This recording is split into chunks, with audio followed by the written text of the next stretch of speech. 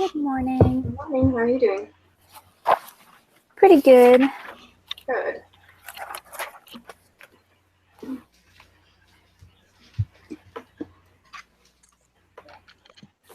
Morning. Good morning. You will notice I have once again changed locations. I am now in Minnesota, in my teenage sister's bedroom. That's my home state. Doctor Who, really? Yeah. I grew up in Shakopee. Okay, then- I grew up then I in lived in St. South Paul. St. Paul. Okay. Really? Nice. Yeah. Yeah. My brother's graduating from the University of St. Thomas this weekend, so Oh. Cool. one of my brothers. Yeah. Anyway, Nice. so sorry for the strange decoration. I mean, it's not strange, but just for an office, it's a bit odd. Okay, do you have any questions from last night? My sense is second declension, all right. Mostly all right. Maybe you have a few questions, or if you don't have a few questions, I know at least there are a few holes that I haven't clarified. And then indirect commands and purpose clauses are a little bit like, haha, let's try this and see if that works. But we still don't know exactly what's going on. That's my sense. Is that accurate to what you're feeling, or Relatively, more or less? I'd say. Yeah, more or less. Yeah. I feel kind of good with the purpose clauses. You're okay. Good. Yeah, I think the indirect commands. I mean, I just feel like I just need like a good weekend where I could just Yeah. like, sit down for like 2 days and just like go over everything and then be good by next Monday. Well, and actually, that's how this course is set up, because I'm going to introduce the last material of this module today. Okay. A little bit. There will be some carnage, let's just say. But Awesome. then you have a whole weekend and 2 more days to absorb everything. Okay. Before a test on Wednesday. So Monday and Tuesday. I'm pretty sure. No. Yes. Monday and Tuesday. There's no new material. It's just absorbing. And so, Yeah, that's perfect then, because then I have like 4 days to just get everything in, so I'll be good. Yeah. I was worried we were going to be doing new material on Monday and Tuesday and then like test on Wednesday. No. Okay, cool. There are only 4 units to a module. So yeah. Okay. Well, then I'll let you take your quiz. And Okay. All right. return.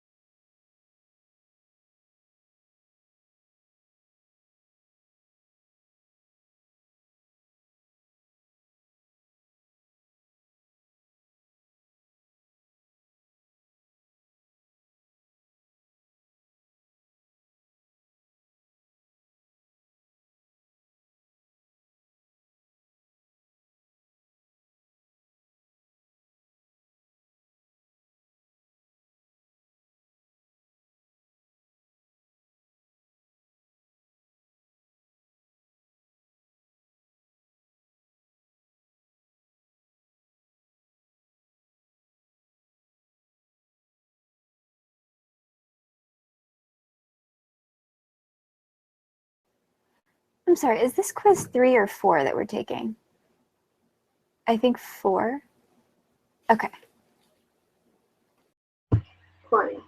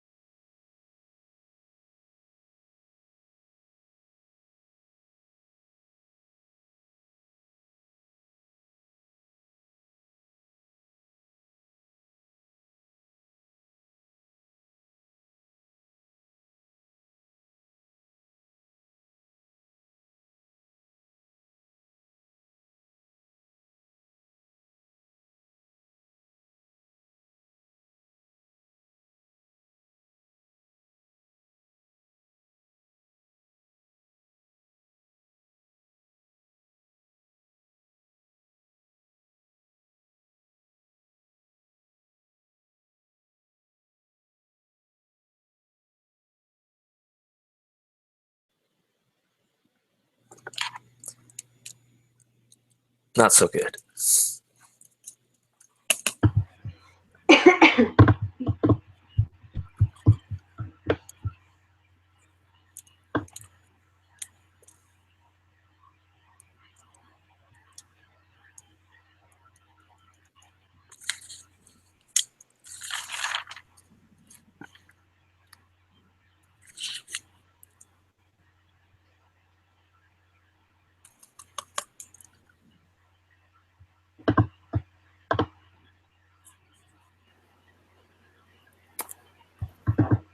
Finished. All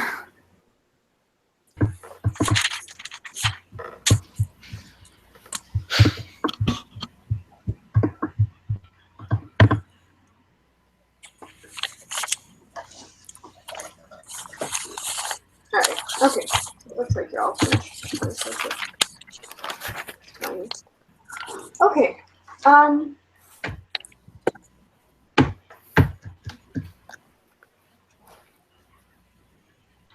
Let's start by doing exercise 3. Just doing some sight reading. Unless you have any, well, if you have any concrete questions about this unit, sort of flat with this last unit.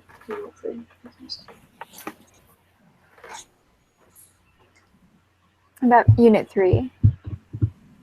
What the material we covered yesterday. I don't know if you did.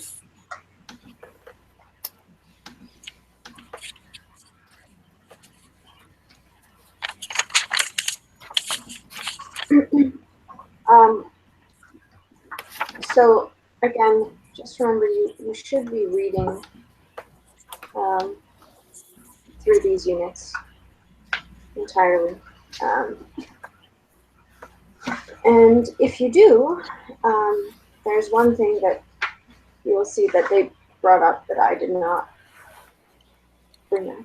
And that is, well, at least one. And that is that you can use an adjective as a noun in Latin. Because the adjective shows gender number in case. You can just put an adjective in, say, masculine. If you have an adjective that's masculine, singular, and nominative, it means the good man. So if you have an adjective without a noun, you're using it substantively. You're using it as if it were a noun.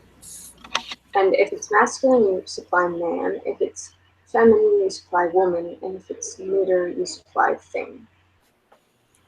We can do this in English. We say, like, the rich, blah, blah, blah. Right? Rich is an adjective. The rich makes it a substantive. We mean the rich men or the rich people. Rich, grow richer, and the poor grow poorer, or whatever we say. Latin does that a lot more than English does. So yeah. So you mean like last night when you're doing the homework, when it's like it said like liber, like the free. It means like the free men or like the free people. Okay. So we could just put liberi or liberos, depending on what case it's supposed to be in. Yeah, and not supply men. So if you want it to be modifying a noun that isn't man, woman, or thing, then you do need to supply it.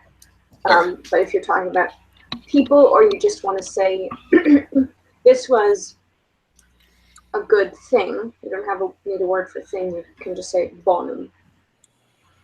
And so if you don't have a noun expressed, you have a neuter adjective, you supply thing. So the Romani, Romanus aum, is an adjective meaning a Roman, it's an adjective meaning Roman.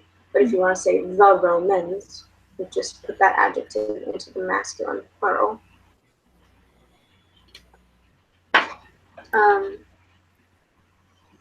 You have questions about that?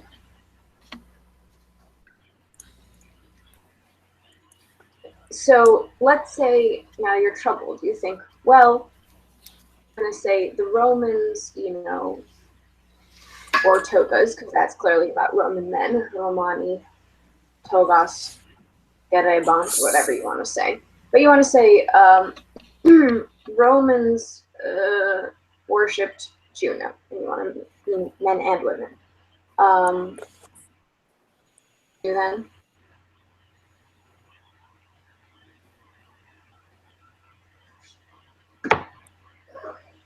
Which gender would you use?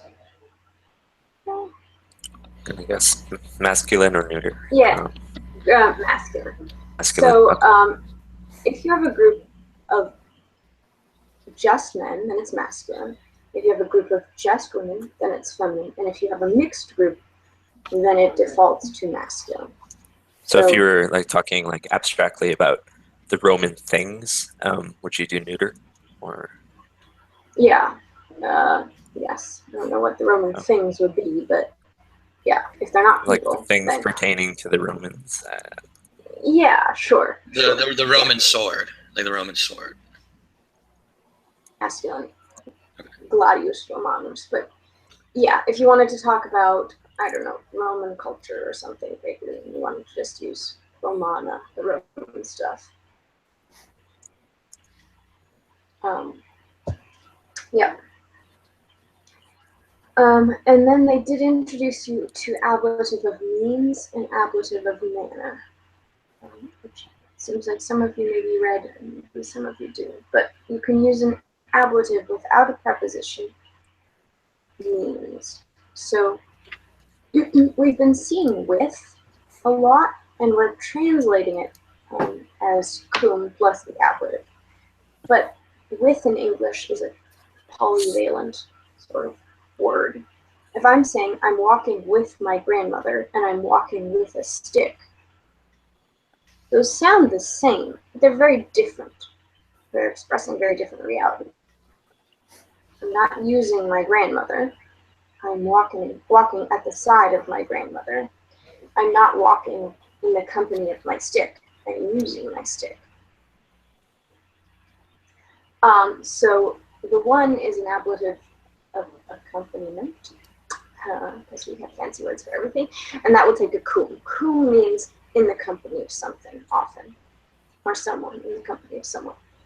What I'm walking with a stick is not telling you who's with me, but it's telling me what I'm using, what's the means by which I'm walking. And that would just be a simple ablative in Latin. You would use cum.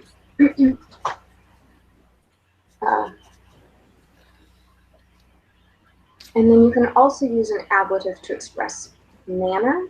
So if you're in the sentences that you had to translate, with great diligence the Romans defeated somebody or other, I don't know, that would be an ablative of manner, right? It's not in the company of great diligence, it's not by means of great diligence, but characterized by great diligence. And so this is an ablative of manner. How do they do it? Well, with great diligence. And that can use a cum, but it may not. So an ablative of manner, given that we're talking about graduation, at least I'm thinking about graduation. You know, summa, if you graduate summa cum laude or magna cum laude, or just cum laude, for the 3 ways you can graduate with honors in college, those are all ablative of manner. So how did you graduate? In what manner did you graduate? Well, potentially summa cum laude or magna cum laude or cum laude. Does that one require a preposition or no? It requires a preposition if there's no adjective. So cum laude you'd have to say. You could just say magna laude and summa laude. So once you have a preposition, did I say preposition? It's the word I'm trying to speak. Now that's a very picky rule, so I don't expect you to know that for sure, but just probably use it when you're writing an ablative name, but you need not if there's an adjective. That's the rule. Yeah. So if cum laude, yeah, go ahead. A preposition is required if there's no subject, or If okay, so cum will take an object which is a noun. okay. So in the examples of graduation, cum is the preposition and laude is the noun with praise. Okay. If that noun is modified by an adjective, as it is in magna cum laude, Mm-hmm. then you don't actually need the cum. Okay. Okay. So actually, gender number in case laude is, you do not know that ending. There's no way you can look at that, excuse me, and figure that out. But look at in the notes, summa cum laude and magna cum laude. What gender number in case is laude?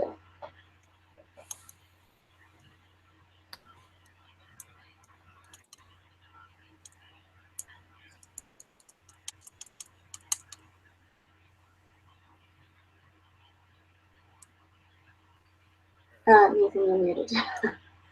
It's plural and then nominative. What makes you say that? Because it ends with the IA. Oh no, it's the object, so it'd be. Well, okay, you know it's the object of cum, so maybe Yeah. you're going to remember what case does cum take. So cum.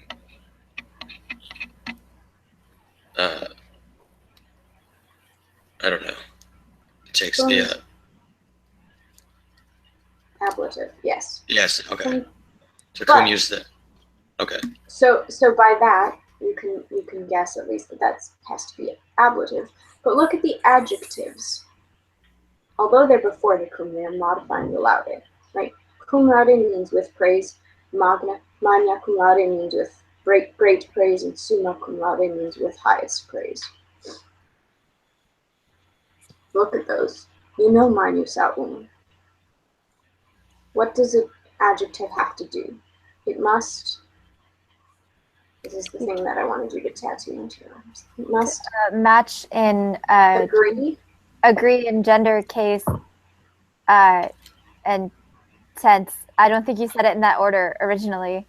There's no tense with No verbs, tense. but yeah, Gender, agree. case, Yes. number. Gender number in case. GNC. Gender number case. Yeah. Okay. So the adjective must agree with the noun it modifies in gender number in case. So magna, it's coming from manus aum. It's a 2-on-2 adjective. Magna is telling you So, singular feminine ablative. ablative. Yes, feminine singular and ablative. Yep. So now you know that's what laude is. Oh, okay. Okay. Okay. Yeah.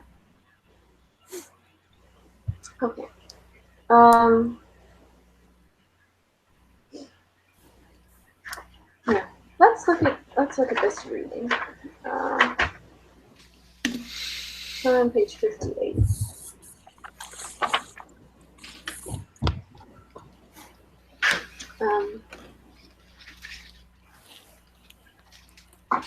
Corey, would you read the first sentence and translate? Postquam Mhm. Aeneas ab Africa vela dedit Mm-hmm. sub terram evit ut patrem mortuem videret. Mm-hmm.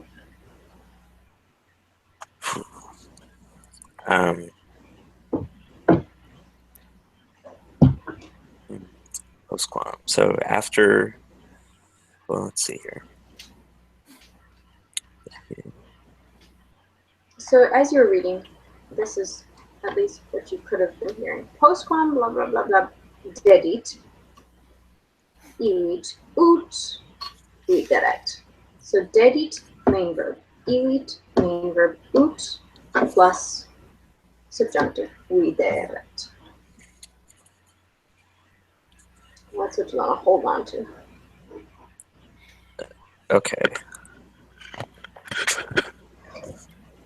So this is something about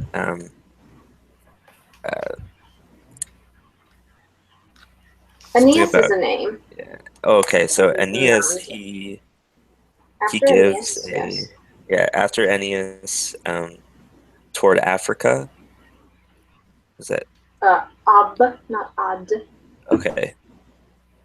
Ab is Uh, away from ad is towards. Okay. Absent, if you're absent, you are Oh, nice. away. So after Aeneas, away from Africa, sailed. Um, And this is the idiom. Weladare. yeah. So that's had I don't remember something about sailing, isn't it? Yes. Okay. So Wella is sails, and he dated. What's his Dodari? I don't remember.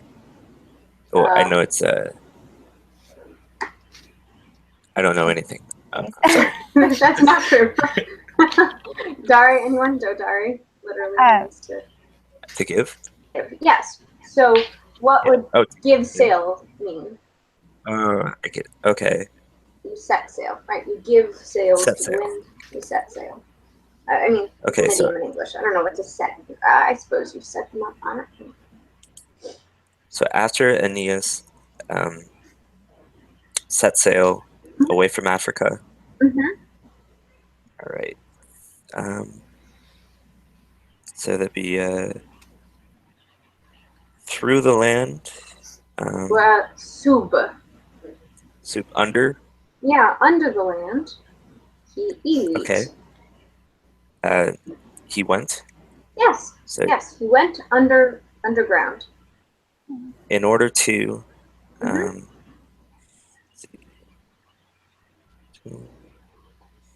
in order to see his dead father. Yep. Okay. So this is Okay. book 6 of the Aeneid, where he goes to the underworld and checks out what's going on down there. Okay. Okay. Yeah. So good. And you translated well, even though it was like, 1 minute. No, he doesn't go underground. What? Yes. No, he does, actually. And that's what the grammar says. So if you know the grammar, you can be confident that that's it, is actually what it's saying. Okay. Rachel, you take the next one. Ut in orcum veniret donum reginae Mhm. vici dedit. Mhm. In order to, so let's see, the veniret is the verb, and the first, give the queen the land of the dead. Yeah, if you want to take the main clause first, that might be Okay. easier. Okay. Oh God, I should know that verb. Which verb? Veniret. When you venire? Yes. Well, Caesar famously said, "When wiki, I saw, wiki, I conquered, weni." I came, I saw, I conquered. So okay. So in order, veniret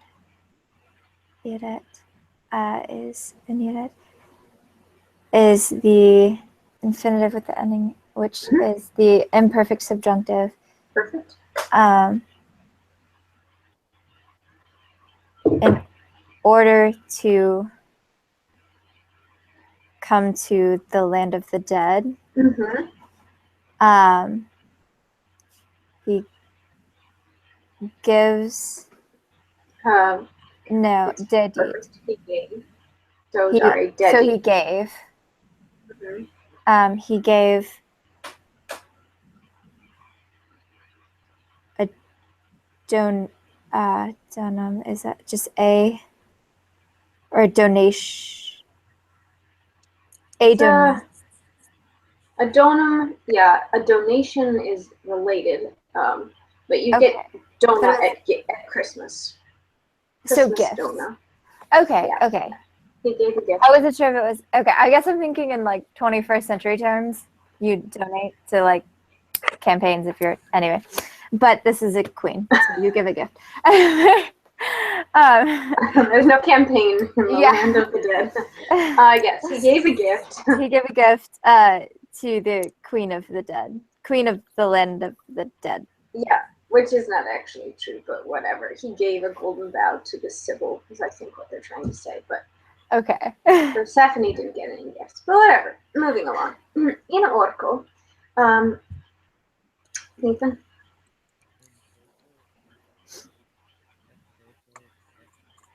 We can't hear you.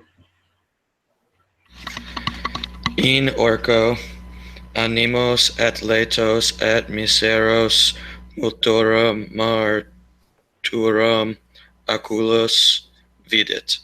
Oculis, we did. Aculis vidit. Yeah. So, in the land of the dead, Mhm. he sees souls and, what's that, tears, like teardrops? No, lightus? Happy. Yeah. At So he sees- Miseros. So he sees souls and happy people, Potentially. potentially, or men are happy, and miserable, and lots of miserable dead eyes. Yes. Except Miseros is what case?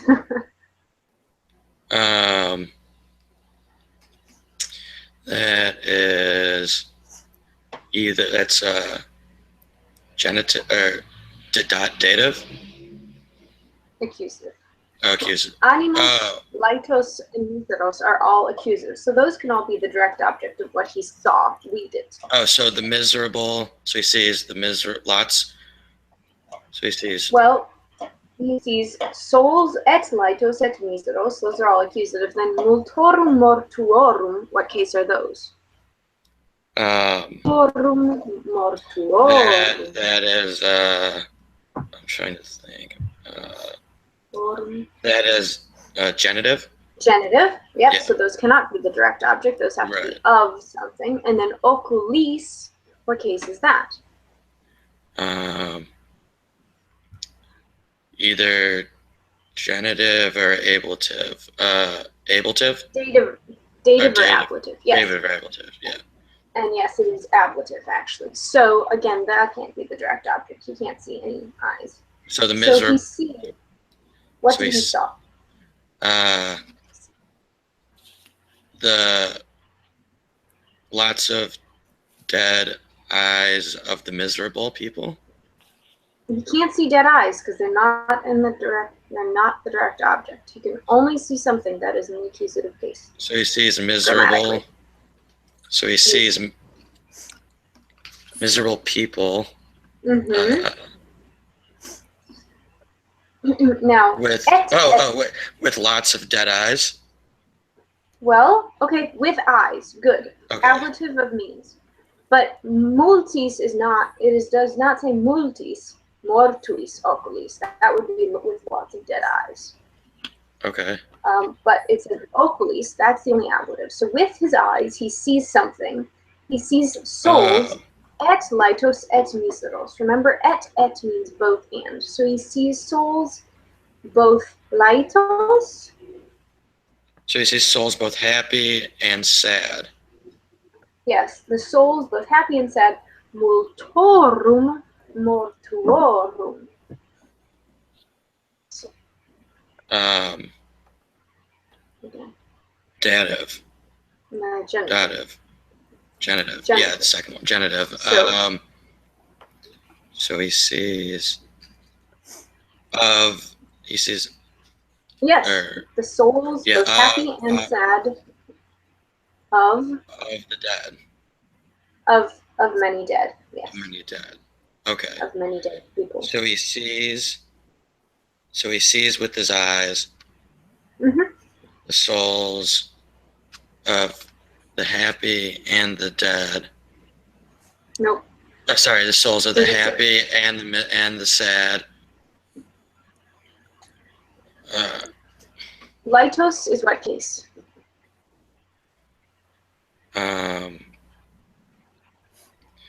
It is dative or accusative. Accusative. So Accusative. it cannot be translated as a genitive. He saw with his eyes, the souls. That means both and. So Lytos and Miseros are telling us about the souls. They're adjectives agreeing with souls. The souls He saw, of not of, he saw the souls souls, and both. both happy Mm-hmm. and sad. So he So he sees the saw- souls both happy and sad. With I don't know. No, you've got it. Yeah. With With something in the ablative, which is his oculis. okay, with his eyes, Yes, and he saw the souls, both happy, both happy, and sad. the souls of whom? Of multorum mortuorum. Of lots of dead, of many dead. Of lots of dead people, Lots of of lots dead of dead men. Exactly. Okay, Okay, that was difficult. you got that? That was Yeah. difficult, but It's like I get it. I just need to memorize what I just need to memorize. I just need to take this weekend and just like memorize everything about Yeah. the. Yeah. I mean, I get the theoretic. I get the theoretically get it. It's just I got to memorize everything. and it's really hard because you guys have all been reading for a really long time. And when you read English, right, you can read that in probably that much in probably a minute, maybe two if it's very complex.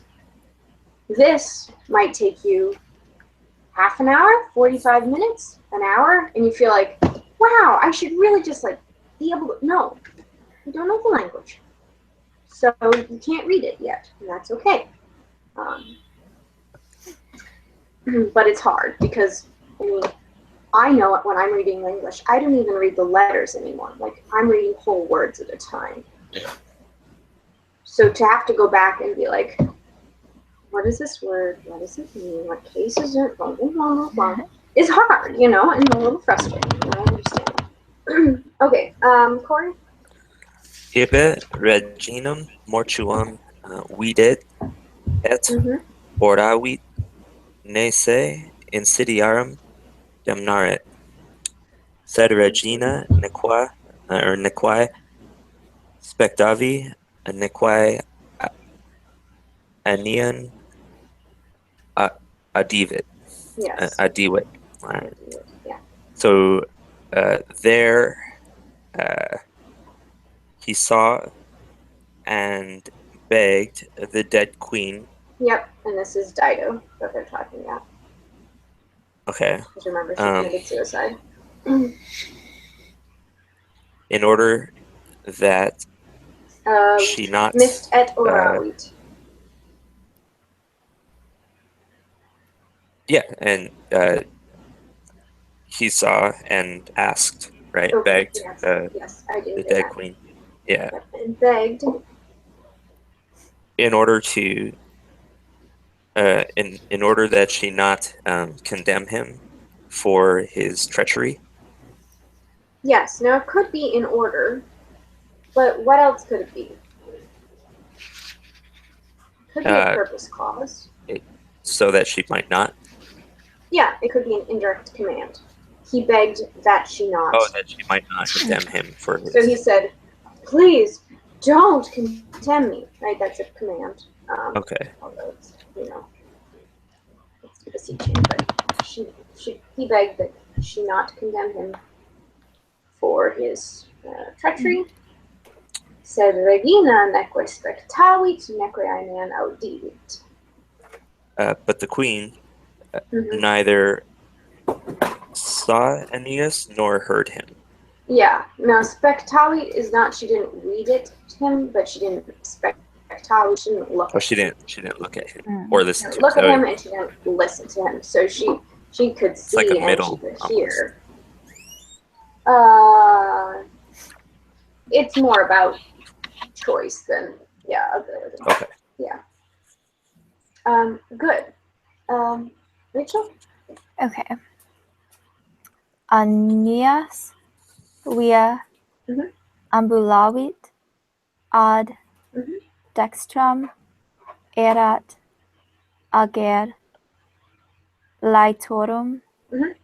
sed ad laewam Mhm. erant animae malorum. Mhm. So the first one, okay, is the perfect. Aeneas walked along, or Yeah. yes, walked along the road Mhm.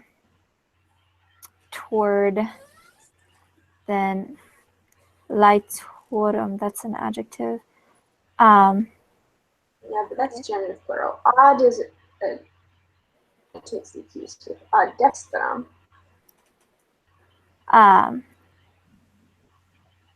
Dextram. It's, I'm not sure on dextram. Dextram, what it means? Yeah. Does anyone remember? Dexter It's, versus the right- violence. Yeah, right hand or The right right- side. okay. right versus left. So actually, if you're dexterous, right, that means Oh, like- like Ambidextrous, either one. yeah, you're right or both left two hand, right yeah. hands. Two right hands. Doesn't also mean favorable? Yes, yes. So Dexter is favorable, Laewus is unlucky. Okay. So toward Yeah. erat. So So on his right, ad dextram, on the right. on his right. erat Okay. ager. Laetorum. Mhm. Ager. Laetorum is happy, and then it's happy in the so of in genitive. Genitive plural, exactly. Yeah. So he's toward his right. Mhm. Oh God, again, wow, this vocab's killing me. Okay, so there was a field toward his right. Yes. There was Okay. a field. There was the field Laetorum, the field, not just any field, but the field.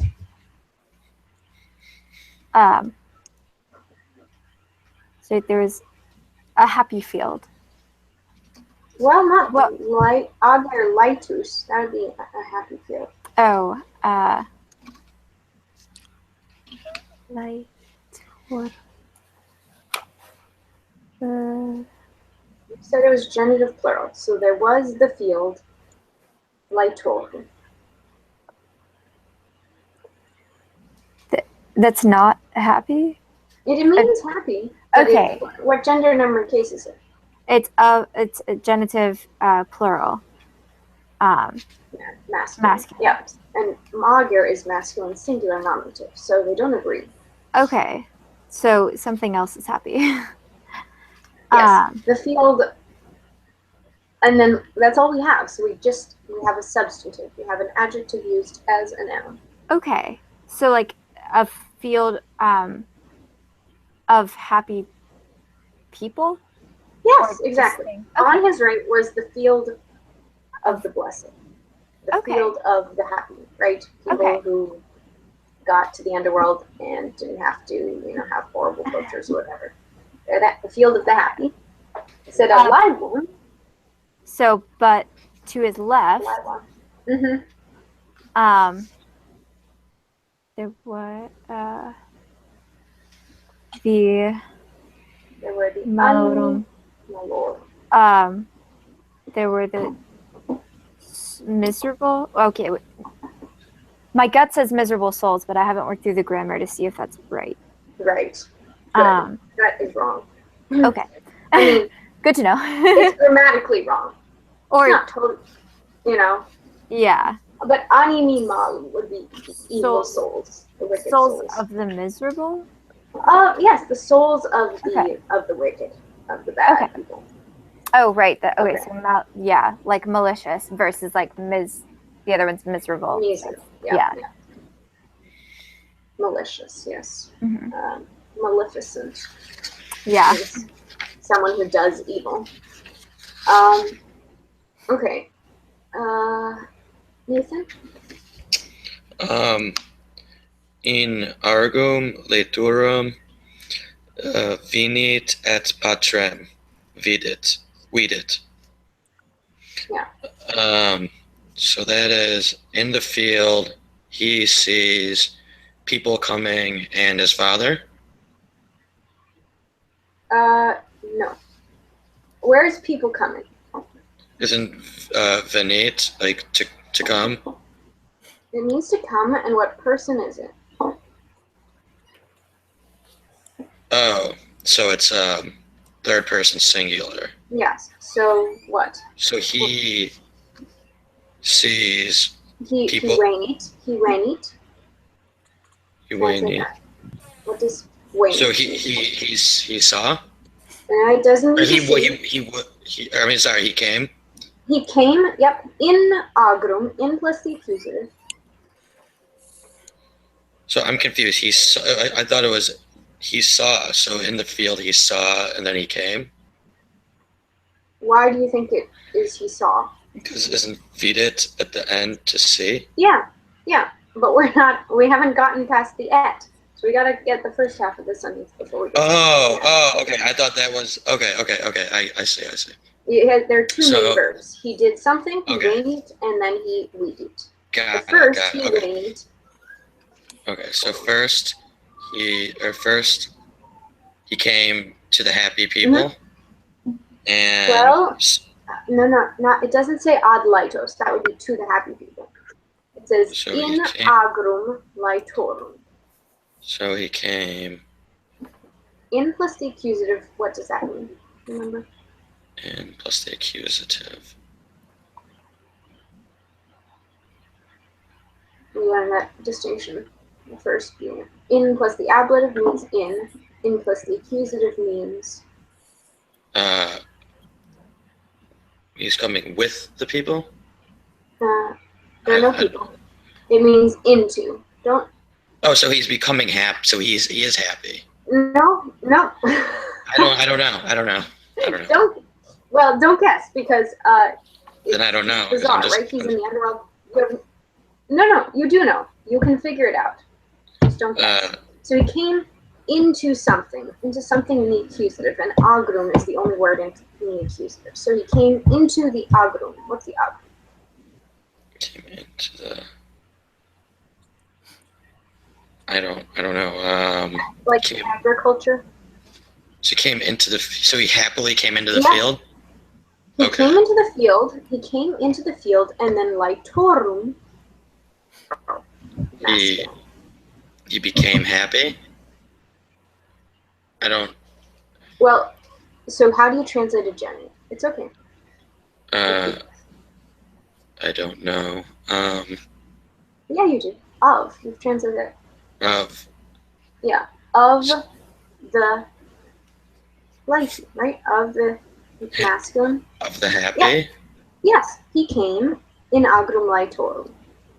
So he came into he came into the happy field. He came into the field of happiness. Of the happy. It might not make sense, but you've got it. Yes, he came into the field of the happy. Of the happy people, right? Of the happy men. Well, they're really not men, they're souls. But he came into the field of the happy people. Remember, he's walking around. There's the field of the happy on the right, the field of the unhappy on the left. He came into the field of the happy. Hello?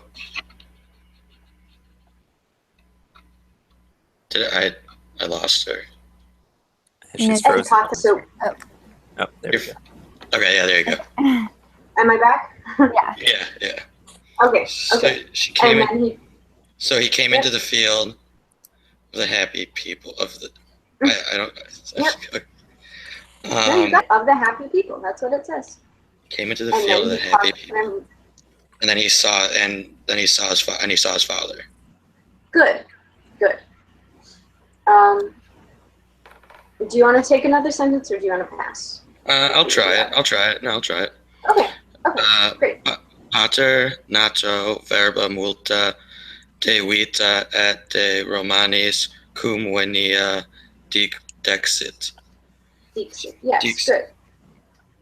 good. Okay. So, tell me what you're going to do before you do anything. We'll find the This is verb. good. Okay.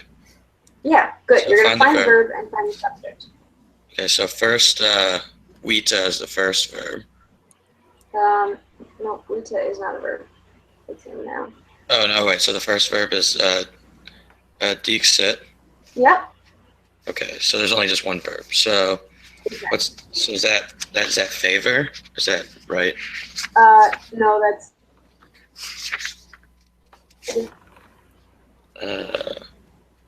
dico, dicere, dixi, dictus. It's in the glossary at the bottom of this.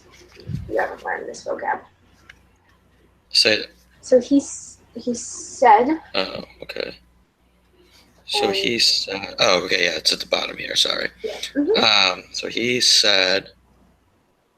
And the subject is actually a form that you don't know, but it's pater, the first word. Okay. That's a nominative. So the pater said. So the father said. Yeah. And now what do you need? You need the accusative. You need accusative noun. Yes. You need the accusative direct object. Right. The father said. Mm-hmm. Lots of children. Where's lots of children? As in natto. Or no, that's son. That's son. Yeah, Right. that's son, and it's not accusative. But multa is accusative, and it's modifying verba. Remember? Yeah. Okay, so that's So lots he of. said, He said lots of words. Mm-hmm. Good. Those are accusative, neuter, plural. He said many words. He said many words. What are you going to do with nato?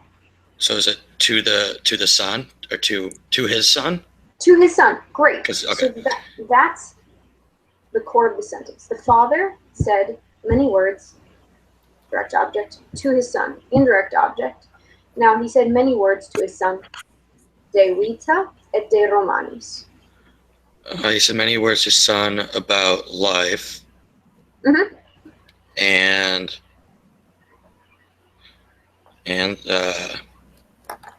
de Romanis. And of the Roman and about the Romans. Good. Cum venia. With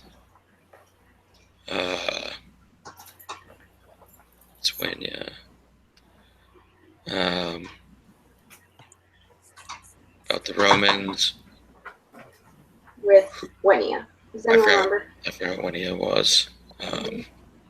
Is that to come again? No, this is a noun. Kindness. Like, kindness. Yeah. With kindness. Good. Nathan, that was really good. Okay.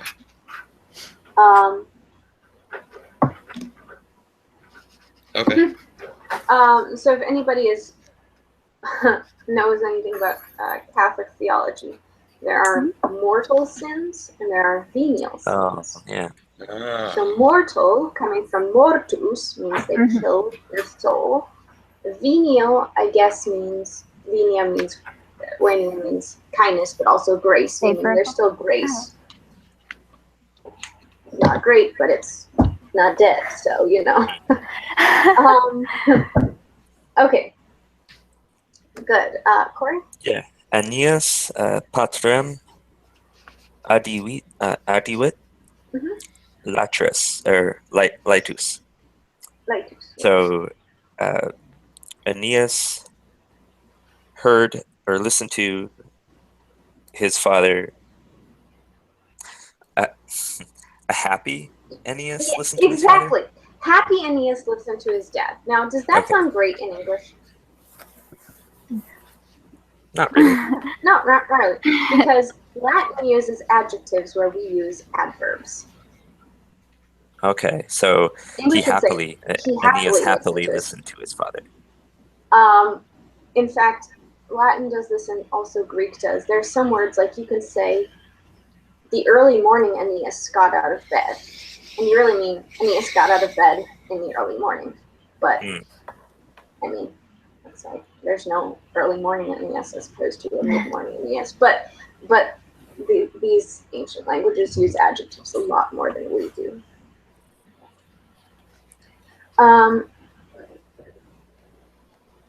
That was pretty short if you don't mind. Yeah, I could do another one.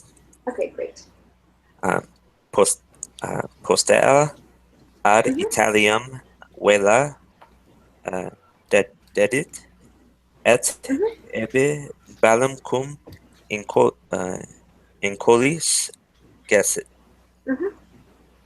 So afterwards, toward Italy, he set sail, and there, that is in Italy, a war against the inhabitants he fought. In a war, or he fought a war against the inhabitants in a war. Yeah, he waged a war Waged a war. against the inhabitants there. Good. Rachel, and if anyone has any questions as we're translating, if you don't see them together, please. Et gladiis et saxis magna cum diligentia pugnaverunt. And let's see, sword. Remember, et is we use that. Okay, so both swords and soldiers. Saxes do not mean soldiers. No, saxis. Ah, dang it. Rocks. Okay. So pugnaverunt.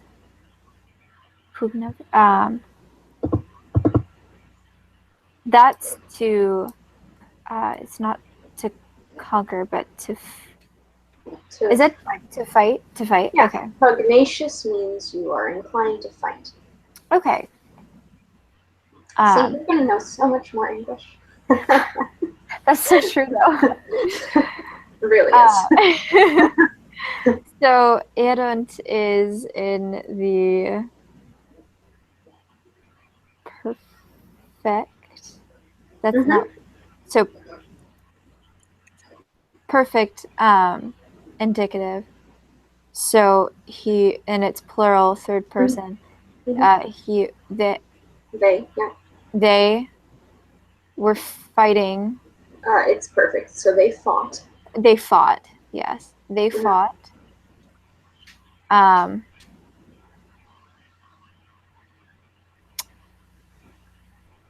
With. So I know with both swords and stones. But stones is so magna. Where does the magna go to? Well, yes. Where does the magna go to? Because that's feminine nominative. So feminine nominative. Feminine ablative singular. Pardon my. Okay. So feminine ablative singular. It doesn't go with swords. Stones, rocks. Doesn't go with swords or stones. So it's just plural. It's a noun. Nope. Mania cum diligentia. Mania cum diligentia. Okay, with great Mania diligence. cum laude. With great diligence. Okay, so yeah, so that's a more regular construction in Latin, although it should seem like cum mania diligentia would be better, but it's not. Okay. So with both, so they fought with both swords and stones with great diligence. Right, and you can see gladiis and saxis don't have a cum because they're ablative of instrument or means. How did they fight? With okay. What? instruments did they fight? Well, with their swords and with rocks. Okay. In what manner did they fight? Mania cum diligentia. With great diligence. Diligence. Yeah. And Nathan, you've Yeah. finished us off. Sure.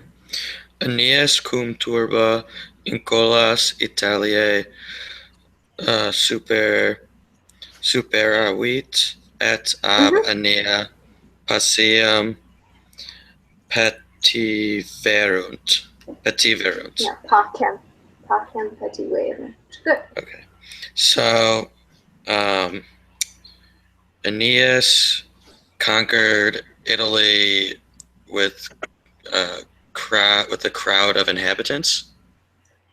Really close. Aeneas conquered something in the accusative case. Is the Talii in the accusative case? No. Oh, so No. Turba. So he conquered. No, turba No. is the ablative. So it's okay. So it's Incolas then. Yes. So he conquered the. So he conquered the island, or the inhabitants Mhm. with. Italii, So he conquered the Italian. So has he conquered the inhabitants of Italy of Italy, cum turba, with crowds? with a crowd, yeah. With a crowd. Which just means he had Okay. some helpers. So he But, conquered. with a crowd. So he conquered the Italian inhabitants with the crowd, and they sought peace from Aeneas. Yes, and they sought peace. They sued for peace, I suppose you would Yeah. say. Yes, they sued, and they From sued. Aeneas. Okay. Yeah. Good. Okay. Questions? Okay. No, and I know this is really hard. This first week is hard, and it's not any harder for you than it is for other people. You will get there, so don't worry. I've taught this class, as you know, many, many, many times, and I know it feels like I don't get anything, and there are 5 million things to keep track of already. It's okay. So right now, I'm actually going to start introducing you to Unit 4. And I'm hoping we'll have time to go over Unit 3, Exercise 1. But we may not have time to go over it all. So perhaps over the break, you can just make note of if there are any special sentences that you really feel like we need to go over. And we can go over those together. But so this is the worst day of the entire class. 6 weeks. This is the day where there are 64 slides. Goodness. Oh, Yeah. will you be posting these on Blackboard? Yes, I will. Okay. Actually, they're already posted on Blackboard. And there's handouts. And we will try to not kill you. But, Okay. and we do have, you have all weekend to sort through this. And then we can talk through it again as we need on Monday. And we work through it again on Tuesday. So, Okay. I could theoretically push some of that off to Monday, but my sense is, and from doing this before, is that you'll actually be better served if you feel a little dizzy, but you have the whole weekend to absorb everything. I agree with that. I Yeah, want to get like everything in, and then I said like 4 days to just like learn it. So. Yeah. Okay, so we'll do some, and then we'll take a break, and then we'll do some more. Okay. And if at any point you are the slightest bit confused, say something, because this is all building on each other, and we can't have any loose stones in the foundation, or else there'll be bad things. Do not. Okay. This is actually a PowerPoint, not a Google slide, because this is the one slide where I did not feel like transferring 64, retyping 64 different slides. So you'll have to forgive me. Okay, so indicatives and subjunctives today. Everything. So we're going to go back to the very beginning and talk about the present active indicative. How do you form the present active indicative? Well, generally, you take the present stem, and then you take a vowel, and then you have the personal endings. O or ernst, most distant. For the first conjugation, we already know you add an A. Second, you add a long E. For the third, you add an E, and for the fourth, you add an IE. Now, there are also a few verbs that are third IO, and we'll talk about those, but they are, strictly speaking, third, but they often follow patterns for fourth. So, just for you. How would you know what conjugation a verb is in? Well, you go to the second principal part. So the first one, oro, orare, oravi, oratus. You go to the second principal part, orare. What's the vowel before the RE? It's an A, a long A. So that means you're in. Moneo, monere, monui, monitus. Go to the second principal part, the vowel before the RE. That's a long E, so we're in the second conjugation.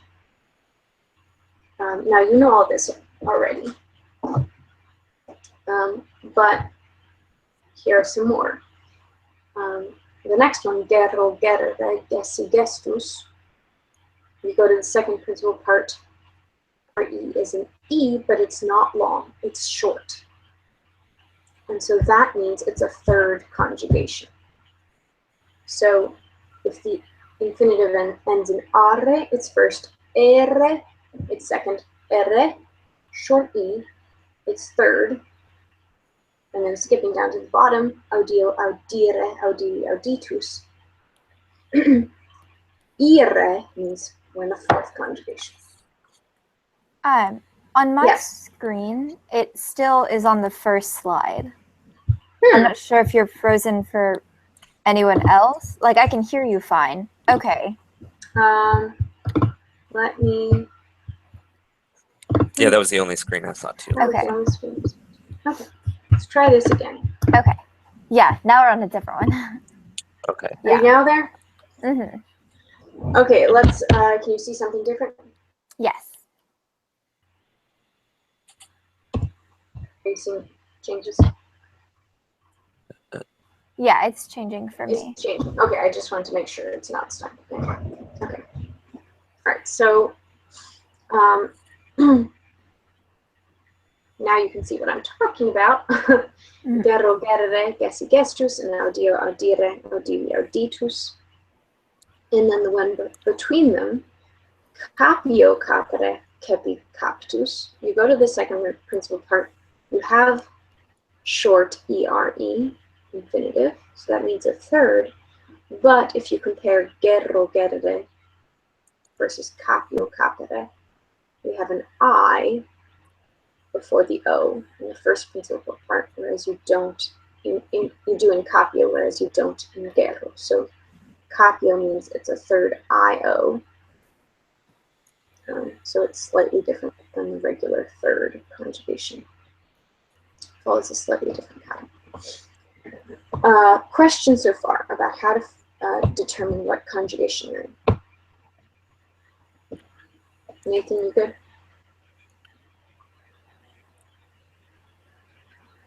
We can't hear you if you're saying anything. So Yeah.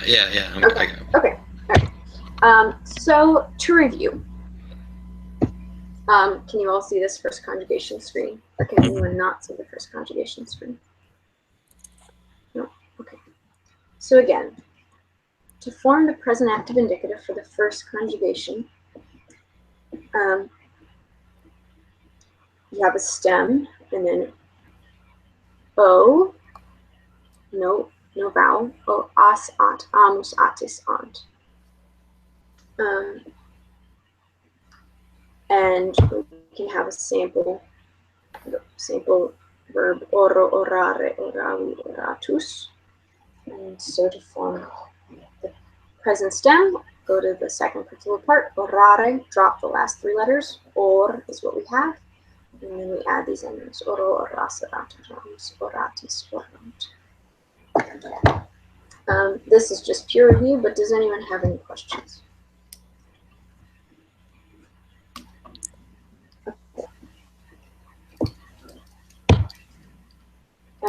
Then the second conjugation, again, we've already learned this, but we're just reviewing. So we can finish learning the present active indicative for all the conjugations, plus the vowel E, and then the same personal endings, ost, mustis, nt.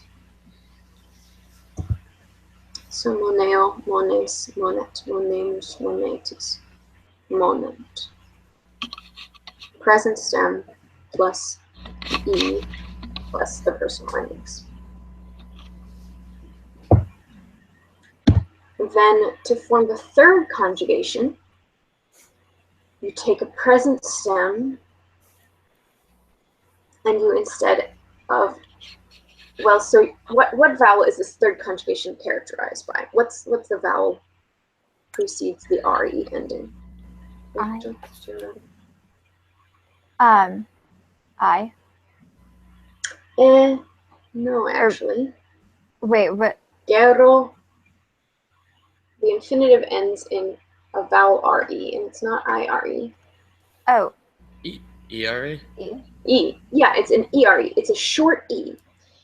And, all right, we're just going to be hard and ruthless and Roman. Okay, it's a short, it's not long, so it's not strong. It's a puny little vowel. And it's so puny, it can't even stay itself. So it keeps morphing into different weak vowels. So you would think there would be E's before the personal endings, but in fact, it's such a short E that it can be squished into an I. So for the third conjugation, you have personal, the present stem, and then you have O, is, it, imus, itis, und. And it's very weak, so in the third person, it's not an E, it's not an I, but it's a U. It's a short U. Does anyone notice anything different about this conjugation? About the vowels? And besides the fact that the third person plural changes. Macrons? Yeah, no macrons, right? Yeah, Except macrons. the first person. Yeah, no macrons. So the first and second conjugations are characterized by strong vowels. Long A, long E. This is characterized by weak vowel, and so we don't have any macrons in any of the forms. It's not O, is, it, imus, itis, und, but it's O, is, it, imus, itis, und. Gero, geris, gerit, gerimus, geritis, gerut.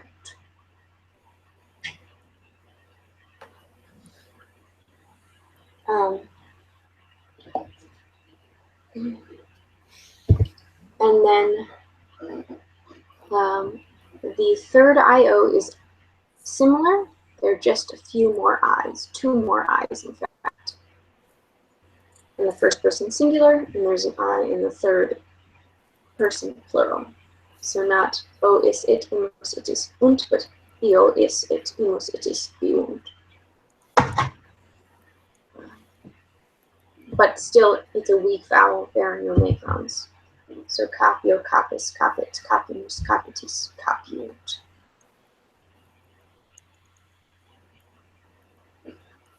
And then finally, fourth conjugation. Corey, what vowel is this characterized by? The fourth conjugation. Mhm.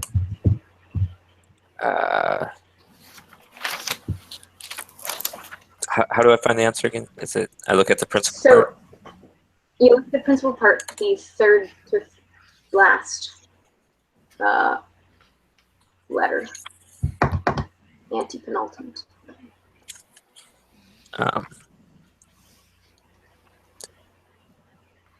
I'm sorry. Is there a page where I can see these? You could look on page 59, and they would give you Okay. they give you examples Oh, of. okay. I see. So if you look at number 4, Okay, it's sentio, sentire, sensi, sentius. Yeah. And I'm sorry. I'm looking at the fourth principal part or the The third? second. Oh, the second. So So- it'd be an E. An I, right? Oh, an I. So Sentio, it's number sentius. 4. I see. Yeah, number 4. So it's a long Sorry I. I about don't that. know if you can see. No, it's okay. Don't be sorry. It's a very small macron because it's a short letter, but it's a strong I. So first, Okay. second, and fourth conjugations are all characterized by these strong vowels that can stand up. So you see here, io, is, it, imus, itis, iunt. We have those macrons again. The I doesn't have to give way in any weak sort of way to the endings. So the fourth conjugation is characterized by a strong, a long I. Audio, audis, audit, audimus, auditis, audiunt. So first, second, and fourth all have strong vowels that stand up, that stay there, A, E, and I. Thirds have these puny vowels that just can't take much. Okay. I'm going to briefly pause and see how you look. How do you look? How are you feeling? Good. Just to clarify, did you say the third IO is that a weak vowel or is that a strong vowel as well? It's a weak. Okay, so both There are no versions of the macrons. third are weak. Yeah. Okay. Both versions of the third are weak. They both end in a short ERE. Just the third IO has a few more I's. So the third one's the only one that's weak then. All the other Exactly. ones have strong verbs. All Okay. the other ones are strong. Yeah. And so let's just say you're going to like first, second, and fourth better than you like third. You're always going to have a little bit of resentment against the third because it's just, it keeps having these problems. Okay, but do you understand all of that? I mean, there's nothing new to learn, right? You already know how to translate your present indicative. So it's just, the only thing we're learning is how to form the he verbs, I verb, you verb, he, she, it verbs, we verb, y'all verb, they verb for occasions. They're just the different patterns that a verb will use to indicate these same things that you already know. Okay. So now you know all the present active indicatives, not you know, but you have learned. All the present active indicatives for every single verb that is not irregular in Latin is, let's say, 97.6. Maybe even more. Right? So you can do, if I gave you any verb in Latin except for some weird ones, you could say I, whatever the verb is, you verb, he, she, it verbs, we verb, yo, y'all verb, they verb. All right. Ready to keep going? Yeah. Yep. Okay, let's do it.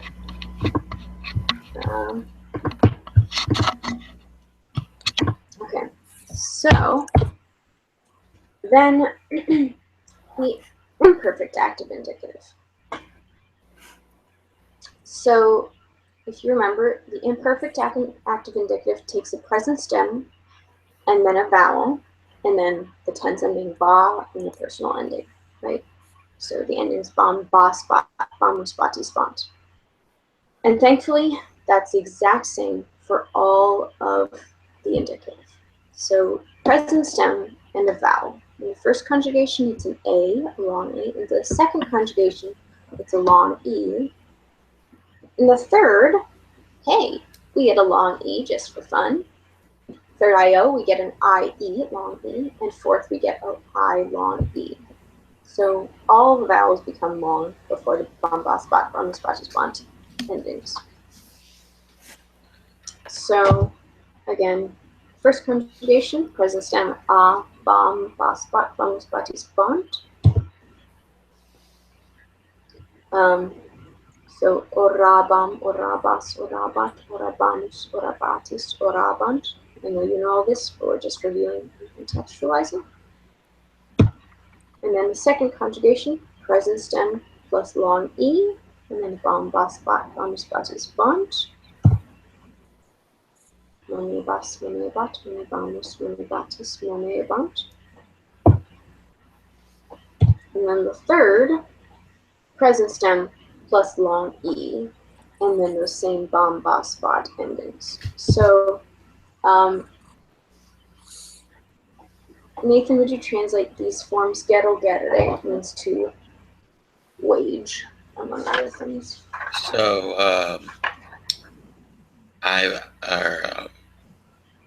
was waging. You were waging. He, she, it were waging. We were waging. You all were waging, and they were waging. Good. And you see, we have the same bam, ba, spot, bam, spotis, font. Yeah, it's the same way we learned the first night. Yeah. Yeah. So now is that in the third conjugation, you use a long E with the present stem. Okay. And there you go. Then the third IO. Yeah, please. Quick question. So how is Please. the third different than the second? It's not. Okay. Okay. In this tense, they use the same pattern. Okay. So there will be different verbs that happen to be either second conjugation or third conjugation. But gere bam versus monet bam, they look identical. They're following. The pattern happens to be the same. In this tense. Yep, good question. And then the imperfect third IO, instead of just an E, we have more I's, so it's an IE, strong E. Present stem IE, and then the same bamba, spot, bamba, spotty, spont endings. So Corey, could you translate that? Yeah. What's the verb? Capio, capere, capicaptus. To capture is to seize. Okay. To seize. So, I captured, you captured, he, she, it captured, we captured, y'all captured, they captured. Yeah, and to be a little bit more precise, we would say I was capturing, just to make sure we're not doing the perfect, but it's the imperfect. But yeah, good. Okay. And then the fourth, Rachel, you will also note that the regular third and second are the same, follow the same pattern. The third IO and the fourth, also in the imperfect, follow the same pattern. I plus long E, and then the bamba, spot, bum, spotty, spont. So, Rachel, do you want to translate these ones? So I was hearing. Mm-hmm. You were hearing, or yes, you were hearing. He, she, it was hearing. We were hearing. You all were hearing. They were hearing. Good. Okay. So 2 tenses down. we can review. In the present indicative, the first conjugation, we have a lot of A's, and they're strong. In the second conjugation, we have a lot of E's, and they're strong. Corey, what happens in the third? In which one? The third conjugation, the present indicative. The present indicative? Mm-hmm. I'm sorry, what's your question? Okay, Nathan, do you remember? It's not strong, so you have to replace it. Yeah, it's not strong. So the E becomes even more pitiful and short and becomes a what? An I-O or An I. Yeah, It becomes an I, except when it becomes in the third person plural. An I. Actually, a U. Oh. Okay. So it's sort of like if you remember Bo Bisbit, Bimus Bitis Bunt, right? Oh, okay, Those yeah. I's, Bisbit, Bimus Bitis, it doesn't become Bint, it becomes Bunt. So for whatever reason, there's a tendency for that I to morph into a U in the third person plural if it's weak.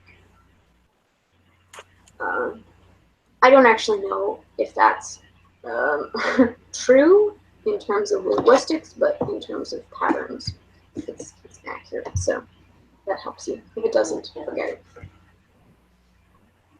And then the fourth, Rachel, what is that characterized by in the present active indicative? The I strong E. Actually, in the indicative, in the present, it's just characterized by an I. Oh, sorry, I wasn't thinking. No, it's okay. You are thinking, clearly. You just got too many things to think about. Yeah. And then in the imperfect, we have present stem plus long A in the first conjugation, long E in the second. Then, Nathan, what do we have in the third? What's our vowel? In the third conjugation, Mm-hmm. it's I-O. No, actually, in the regular third, it's the same as the second. So it's a long So it's a long E. Yeah. Because okay, I remember. Yeah, they're the same. Yeah, and then in the third I-O and fourth, then it's an I long E. Yeah. Okay. Good. I know you haven't memorized these yet, but does this make sense? Do you feel like, okay, yep, give me a good 40 minutes and I can write this out a few times and I'll get it? Or do you feel like, no, I still don't know what, or something like that? I get it theoretically. I get it most of it theoretically. It's just about memorizing, just connecting it all together, memorizing. Yeah. I'm not sure like when to use it. Is it just like there's first conjugation verb, second, third conjugation, third IO, fourth? Okay, so that's like just as you memorize vocabulary.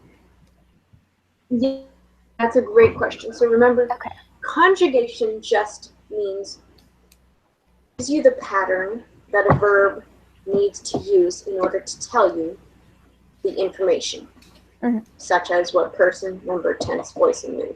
So the verb gero, gerre, gessi, gestus, in order to tell you what person, number, tense, voice, and mood it is, it has to use the pattern that's called the third conjugation.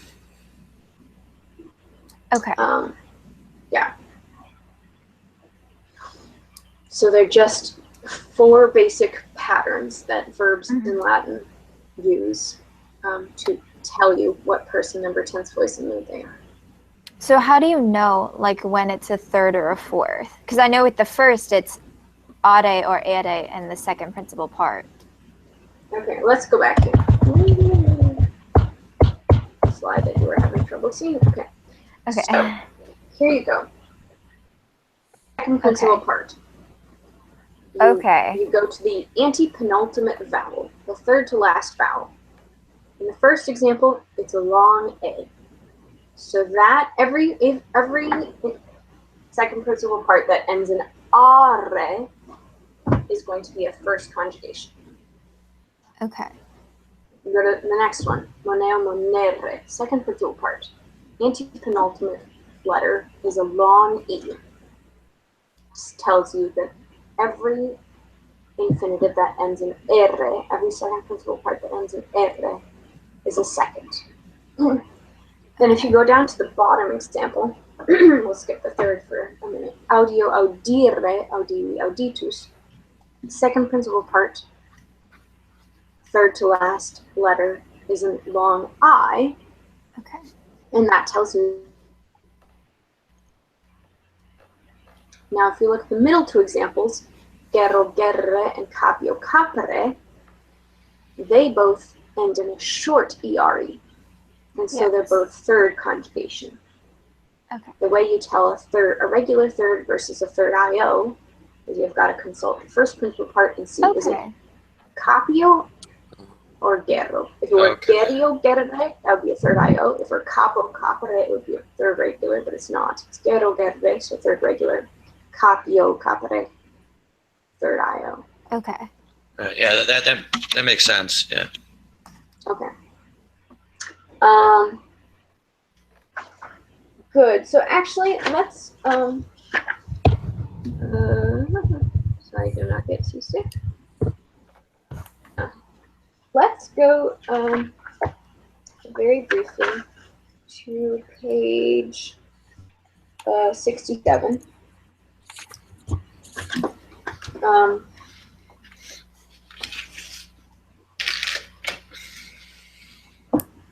So we're going to look at the vocab for Unit 4. Ago, agere, egi, actus. Ago, agere, egi, actus. Corey, what conjugation is that? That's a third conjugation. Conjugation. Third conjugation, Right. exactly. So ere is short, and it's not agio, it's ago. So just a regular third conjugation. Okay, moving down. Deleo, delere, delevi, deletus.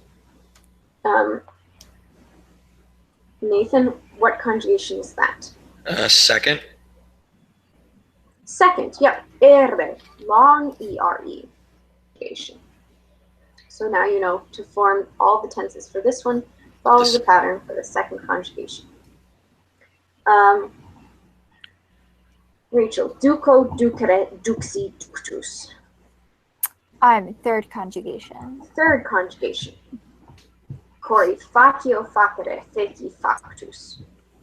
Third B. Third B, the IO. third IO, right? Because it's facere, so that's third, but it's not faco facere, it's facio facere. Third IO pattern, which has a few more I's than the regular third. Now, if you look at the rest of these, intellego, intellegere, lego, legere, mitto, mittere, perdo, perdere, pono, ponere, tego, tegere, prado, pradere. Those are all what? Third. They're all Third, yeah. So there are lots of thirds, even though they're weaklings and annoying. There are lots of them. So it's not like you can be like, oh, well, I just want to learn the strong, easy conjugations, because nope, there are so many third conjugation important words. It's nice, good to know how to say I understand, or I can read, or I can send, or I can put, right? You can't exactly speak without these words. So you do need to learn.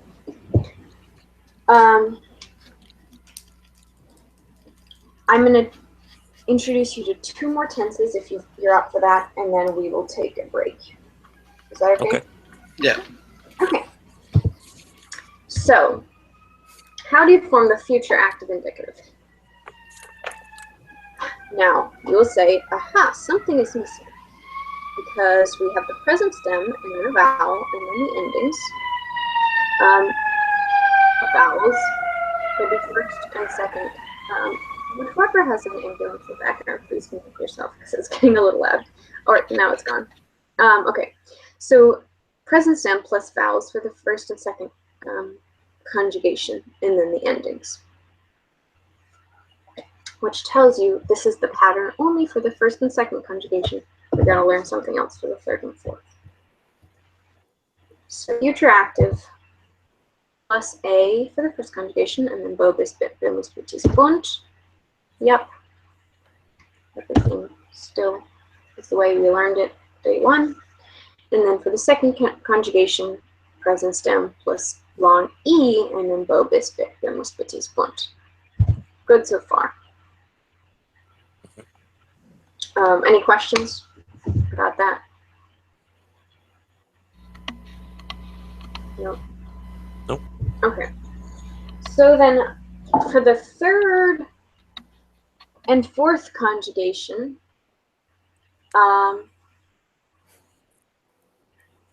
unfortunately, we don't have our bo bis bit bimus bitis bunt endings. We just have the personal endings. Mst, mustis, nt. So you have the present stem and then a different vowel you would have for the present. So A/E or IA/IE or IA/IE, and then just the personal endings. So regular third with the present stem plus a strong E, except in the first person singular when it's an A. And that is the future indicative for a third conjugation. So Rachel, can you translate geram, geres, geret, geremus, geretis, gerent?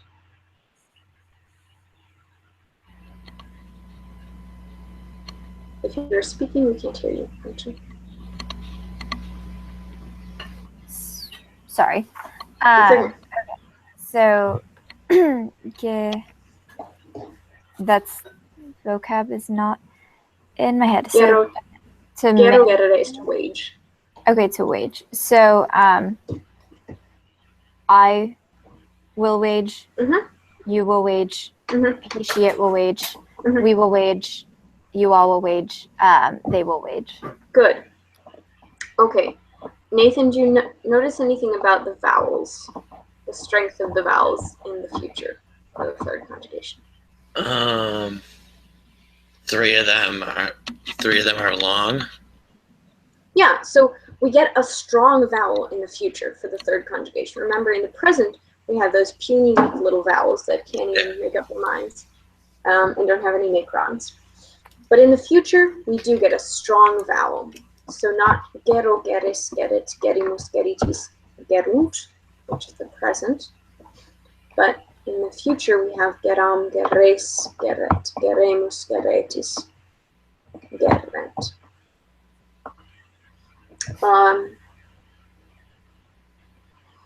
But it is unfortunate because we would really love to have our bo bis bit. They're just very helpful to remind us what tense we're in. But we don't have that in the third conjugation. And that's too bad.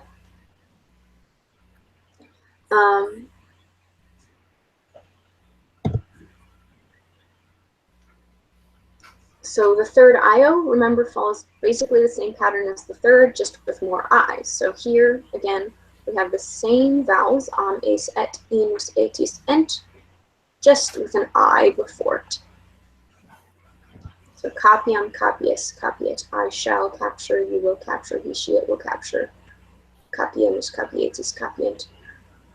We shall capture, y'all will capture, they will capture.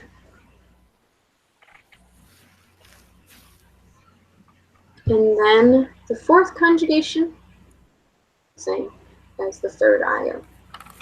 Iam, ies, iet, ienus, ietis, iet. Any questions about those?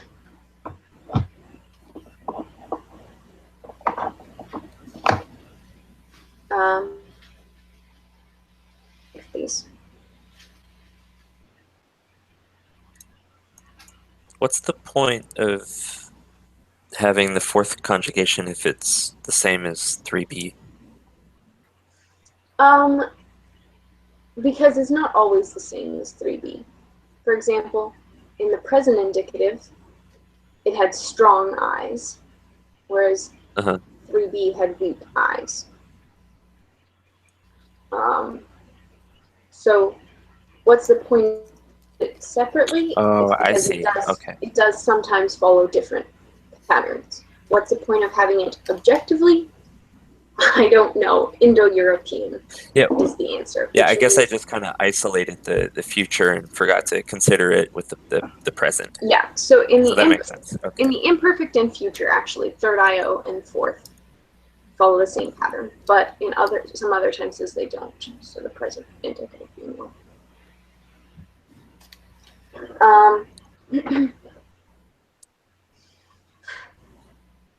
How much do you want to know about potential pitfalls? Would you like to learn about them now or talk about them later?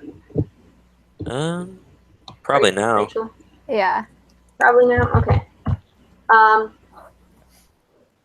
Querés. Let's look at the second person singular form. If you do not know the principal part whence this is coming, that could be either a first conjugation present active indicative. No, sorry, a second conjugation present active indicative, a first conjugation present active subjunctive, or a third conjugation future active indicative. Right? Because moneo, mones, monet, oh yep, we have that long E, present stem, long E, S. First conjugation, if we're in the subjunctive, right, it's present stem plus long E's, and then personal endings. Yep, ah. And then third conjugation, future, present stem plus long E's.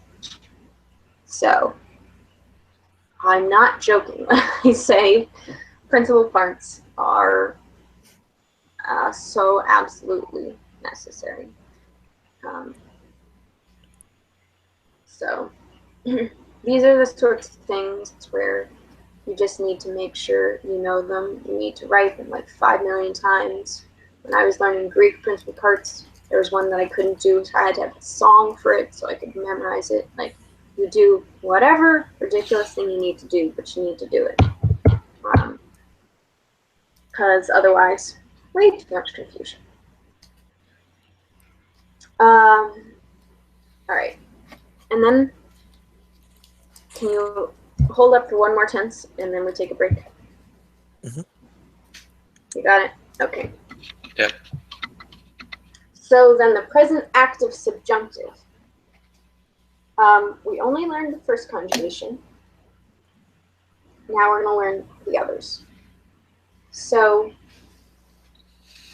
you take the present stem, and then you add a vowel, which in the first conjugation is an E, second is EA, third is A, third IO is IA, and fourth is IA.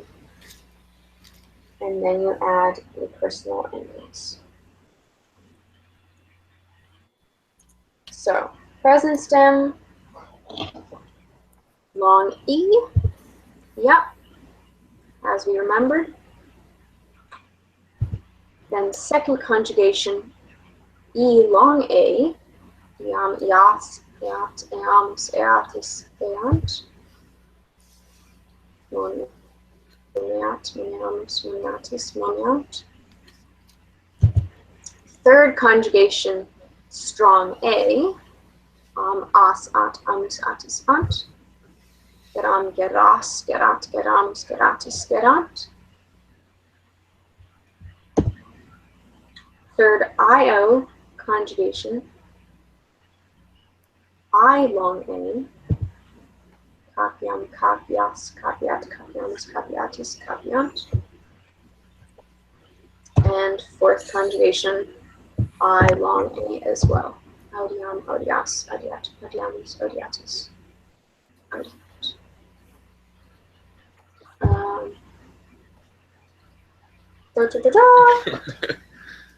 Yes. Okay. So have you really?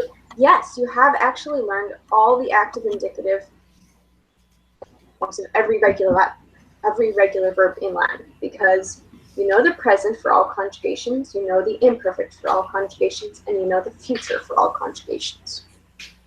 You know the 5 different patterns for all of those. Then remember the perfect, pluperfect, and future perfect indicatives all use the same pattern regardless of what conjugation. So you don't have to learn 5 different patterns, only one. And then in the subjunctive, we learn the present subjunctive for all 5. But the imperfect, remember, just uses an infinitive and then the endings. And then the perfect and pluperfect use the perfect stem plus edi or ise and the personal endings. So again, no differences depending on conjugation for those 3 tenses. So there you go. Probably feeling a little overwhelmed, but do you have any questions?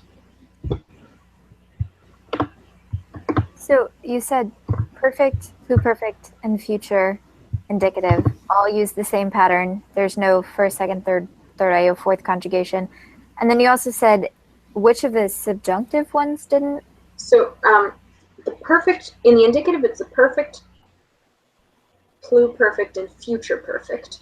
Future perfect. And in the everything except the present. Okay. So every tense that uses a perfect stem, which is the 3 tenses of the indicative and 2 tenses of the subjunctive, perfect, pluperfect, and future perfect, indicative, perfect, and pluperfect subjunctive, all use the perfect stem. And there's no, once you start using the perfect stem, there's no difference depending on conjugation. Okay. Just use a perfect stem and then same endings.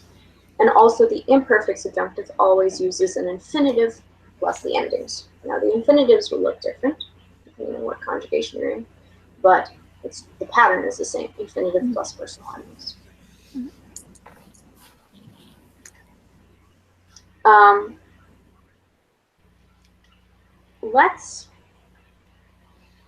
Let's stop there and come back in, let's say 7 minutes. So at 11:30 or 10:30, half hour after, half past whatever hour is your preference. Okay. Okay.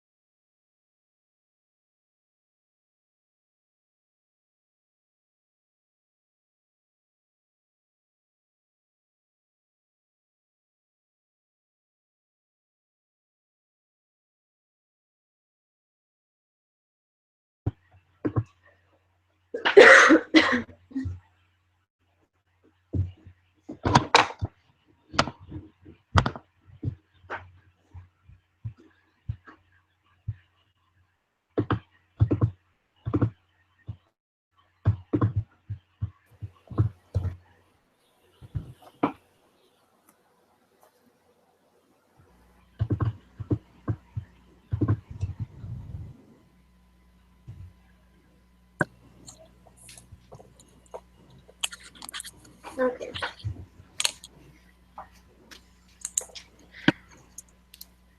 Having had a few minutes to digest, do you have any thoughts, reactions, observations, objections?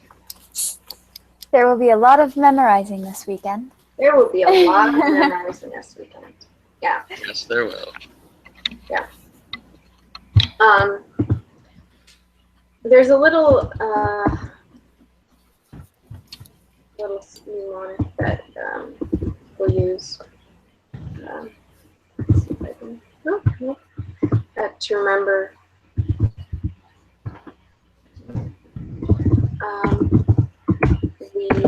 The vowels for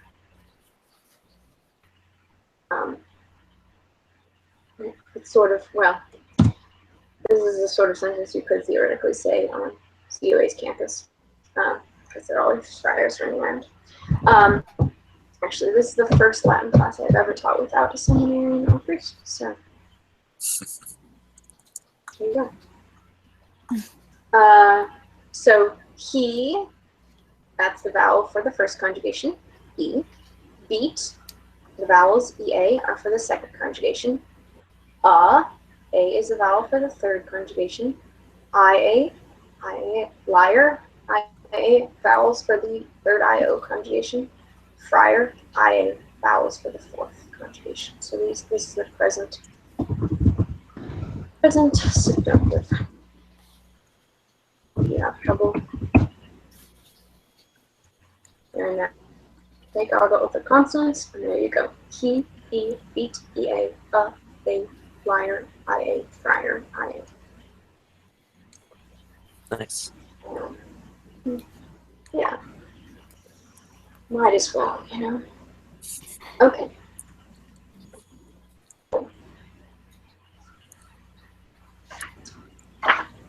In a way, we're not going to learn a whole lot new in the next hour, and we will, but we won't in some other way, because we're going to be talking about the passive. We're not learning any new tenses or moods. We're just learning the voice. Okay. Now, what do I mean by voice? This is a bit tricky. But in the active voice, the subject is the person who performs the action of which they are the subject. So he sings. Sings is the verb. He is the one who does it. He is the subject also. And so that's an active. He sings the song. Peter sings the song. John reads the book. John read the book, right? Read, it's the verb. Who read? The subject read, in fact. John read. Yep, that makes sense. So that's an active verb. A passive means that the subject is the one that receives the action. Okay, so in an active voice, the direct object is what receives the action. John read the book. What received the action of reading? The book. I read the book, right? But I can say the book was read by me. And the book is the subject of was read. What was read? The book was read. But the subject of a passive verb means that it, right? So the book didn't perform the action, but it received the action. The book received the action. I have a question. Yeah. In English, when I write a paper and I use passive voice, my professors are like, Don't do Don't that. do that. Yeah. But in Latin, it's like common and it's okay to use, obviously, because we're learning it. But I'm just Yeah.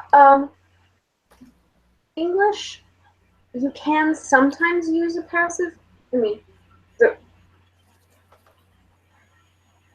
English teachers try to make it a much more absolute rule than it should be. okay. And honestly, when I'm grading papers, I also say like passive voice, passive voice, passive Yeah, voice. exactly. But it's because in academic papers, if you use a passive voice, then you can not claim responsibility. So say was thought to be, you know, a good statement. Well, by whom? Who thought? You thought? Another person thought? You think the whole world thought, right? The passive voice is how you can avoid claiming responsibility. And so in an academic paper, you can't play fast and loose with responsibility. You got it. Take responsibility and say, I thought, or my whoever I was studying decided that this was wrong or whatever. But it's not absolutely allowed, right? You can say this house was built in 1973. It's not true, but whatever. Maybe it's true. I don't know. You can say that. You don't know who built it. Probably some builder guys, but You can say, yeah. use the passive voice in English, but not in your papers generally, unless under extreme duress. In Latin, however, yes, you'll use the passive voice all the time, way, way, way more than you will even in colloquial, non-academic, comfortable English. Okay. So, passive all the way. A lot of passive. Yeah.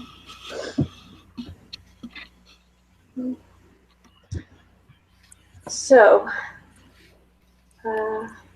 let us learn how. Does everyone understand the concept of a passive voice? Does anyone have any problems with that? Like the what's the saying? The Roman saying that the die is cast.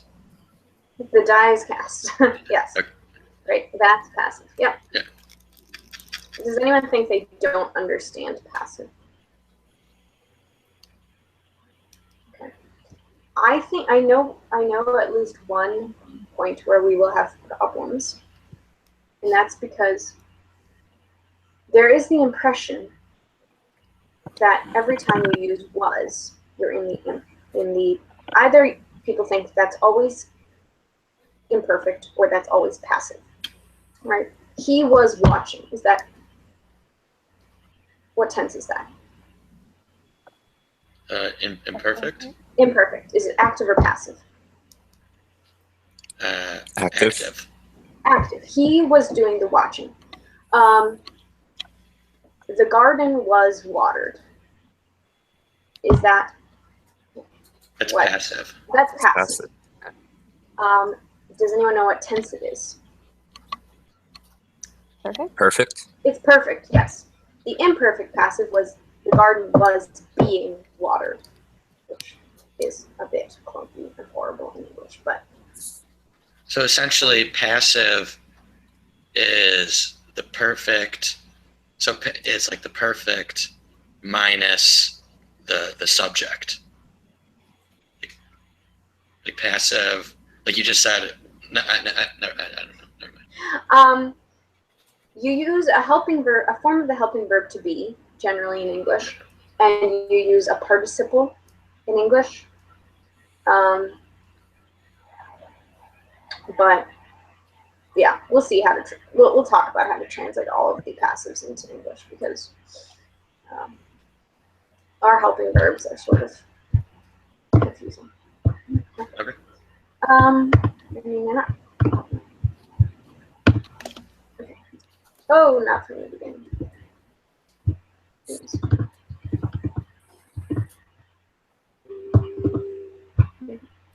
There we go.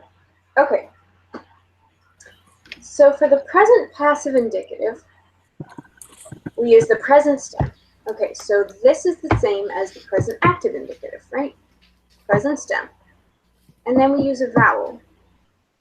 Are these vowels the same or different as the present active indicative? Same. And then remember.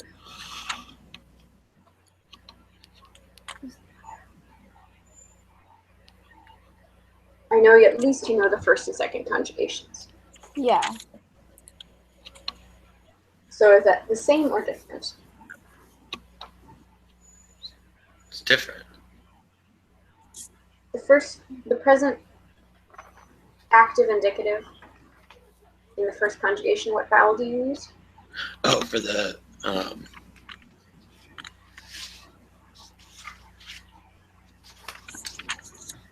So like no, it's the same. It's the same. It's the same. it's the same, yeah. Yeah, it's the And same. in fact, for all of these, Yeah, they're we all have the the same. same vowel. The present stem, and then the same vowel, the present for both the present active and passive indicative. The only difference is the endings. So instead of ost, must, tis, nt, we have ris, tour, nur, mini, ntur. Okay? So the formation is exactly the same, except we use personal endings instead of active personal endings. Now, Corey, do you see anything, any similarities between the active and passive personal endings?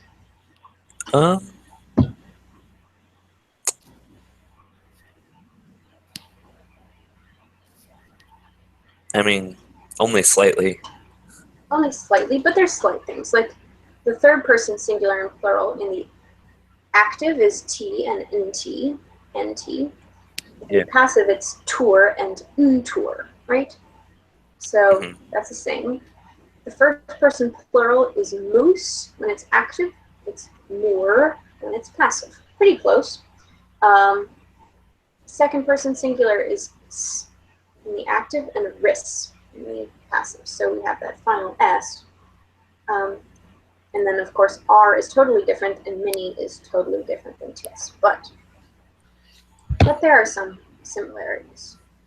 So instead of o, as, at, amus, atis, ant, which is the present active indicative, for the first conjugation, present passive is or, aris, atur, amor, antur.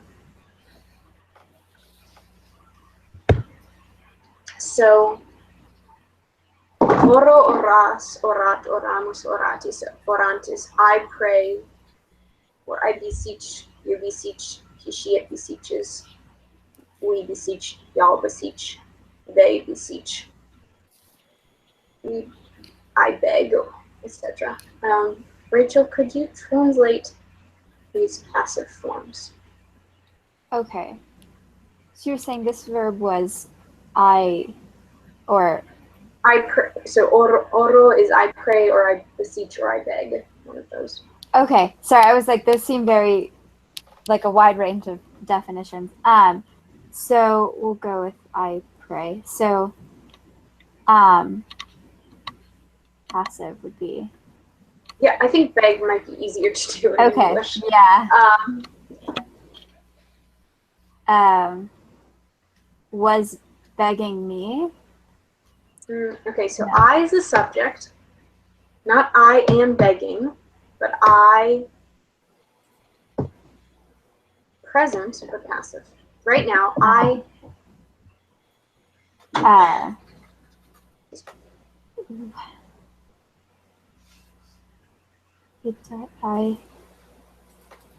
I am yes. begged. I am begged. I am being begged. Okay, I am begged. Yeah. So I'm being begged. You are being begged. He, she, it is being begged. We are being begged. You all are being begged. They are being begged. Good. One note about the macrons. You'll notice the long A. We do have it in the second singular, first and second plural, it's also in the third singular, in the passive. And that is consistent throughout. Whenever we have a strong vowel, it's second and third singular, and then first.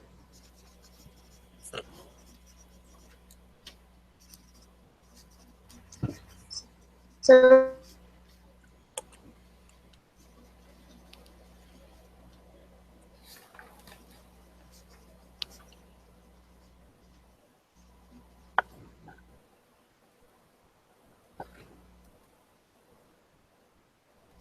Y'all got nothing too? Yeah, I got nothing. Yeah. Okay.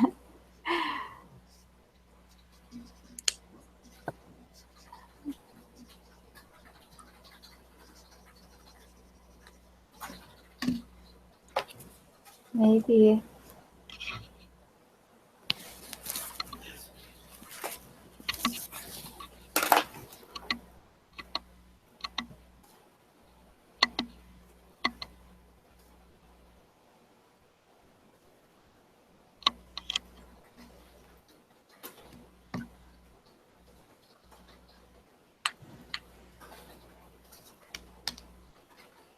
Okay. Maybe she can get a group shot.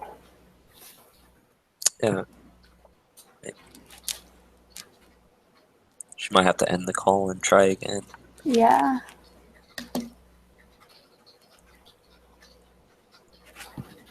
Oh.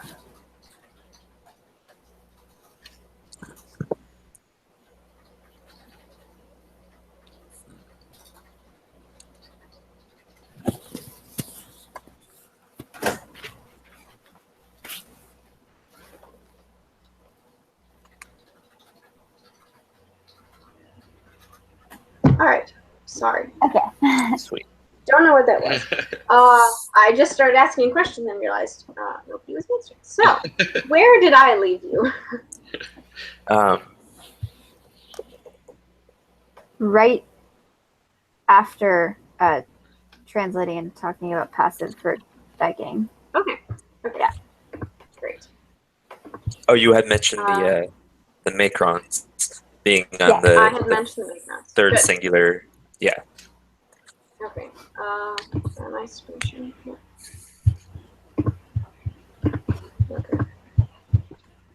So there was the first conjugation, blah blah blah. A second. Second conjugation. Again, present stem, same vowels. So the second conjugation, present active indicative would be eo, ace, et, amus, etis, ent, etis, ent. Here, eor, eris, etur, amor, amini, entor. So, Nathan, if moneo means I warn, then what does moneor mean? I was being warned. Very close, but you're not present. Tell me about right now. I'm warned. I am warned, I am or I am being warned. Yeah. I am being warned. So, do you want me to go through them? Sure. I am being warned. You are being warned. He, she, it is being warned. We are being warned. You all are being warned. And they are being warned.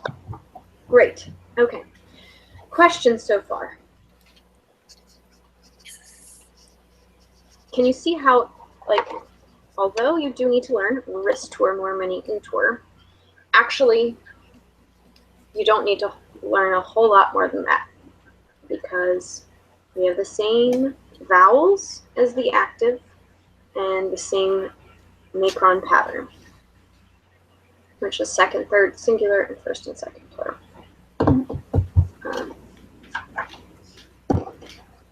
I'm not saying this like, this should be super easy, and I expect you to be able to memorize this all in 20 minutes. I'm just trying to help you think through what you do need to memorize and what actually you don't need to sit down and straight out memorize, because if you memorize a rule, you don't have to memorize a pattern. I mean, if you memorize a rule that's applicable in many things, then you don't have to memorize each individual. In the present passive indicative for the first conjugation. Remember, these vowels are just puny, okay? So for gero, for example, it would gero, geris, gerit, gerimus, geritis, gerunt. Pretty much the same, except that weak E morphs back into an E in the second person singular when it's passive. So gero, gereris, geritur, gerimur, gerimini, geruntur. First person plural is not all bold for some great reason, just because of typing issues on my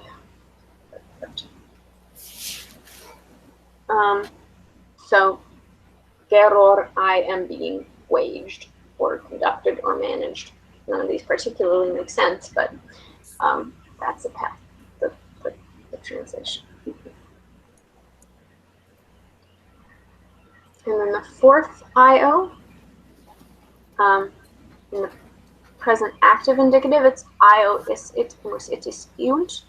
Here, it's the same again as the third regular, except we have an extra I in the first plural, first singular and third plural. And we have that same change in the second person singular. Capior, caperis, capitur, capimur, capimini, capiuntur. So, Corey, could you translate these? Yeah, I am being captured. Mhm. You are being captured. He, she, it is being captured. We are being captured. Y'all are being captured. They are being captured. Perfect. Okay. And then the fourth, back to our strong, confident vowels, long vowels. Don't have to do any weak morphing, right? Io, imus, itis, iunt. So ior, iris, itur, imur, imini, iuntur. I am heard, you are heard, he, she, it is heard, we are heard, y'all are heard, they are heard. Questions about the indicative? Okay, so now you know every form of the present indicative, both active and passive. You know all the persons, all the numbers, the tense that is present, and both active and passive, and of the indicative. So there we go. Going. Yeah, Nathan, is that a question? No.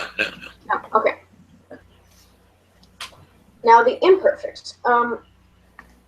Rachel, can you briefly explain how to form the imperfect active indicative?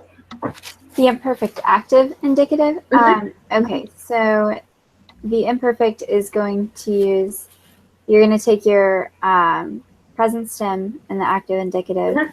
and then you're going to add your vowel, and then BA, the tense sign, and then your endings. Yeah, so we do the exact same thing for the passive, except our endings are the passive personal endings and not the active personal endings. So present stem, yep. Vowel, the exact same vowel as you use for the imperfect active. You may not have memorized these all, of course, because I only taught them to you about half an hour ago, but they are the exact same. And then ba is the same. We're just, instead of bom, ba, spot, it's bar, bar, spot, or bom, or bominu, bontor, which is sort of fun to say, so you might as well enjoy that while you memorize it. So first conjugation, present stem, long A, then bar, bar, spatur, bom, or bomini, bontur. Rachel, did you notice anything about the macrons? So they don't follow the same pattern. They don't follow the same pattern as the active, but they do follow the pattern that we saw in the present passive. In the present passive. We had the passive pattern. Go ahead. I was just saying, so we have like a passive pattern versus we have a passive pattern versus an active pattern. Exactly. So this is hard to translate, so we'll not translate those. The second conjugation, present stem, long E, same endings. So Nathan, you translate mone bar, mone baris, mone bator, mone bama, mone bami, mone bantor.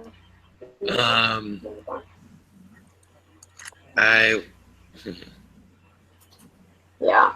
I mean, I was gonna say I was being changed, So- but that doesn't make sense. Well, moneo means to warn. It's to warn. Oh, sorry, Yeah. I thought it was changed. I get confused. Okay, so then I was warned. I was Or I was being warned. I was being warned. I was warned is actually That's a perfect. Yeah. So I I was was being warned. being warned. You were being warned. He, she, it was being warned. We were being warned. You all were being warned, and they were being warned. good. That tense a whole lot in English, so it may sound awkward to you, but Latin, of course, as you know, really likes the imperfect, so get used to it. Questions about that? And then the third conjugation. Same stem, same vowel as the active, same tense indicator, the ba, just the passive endings.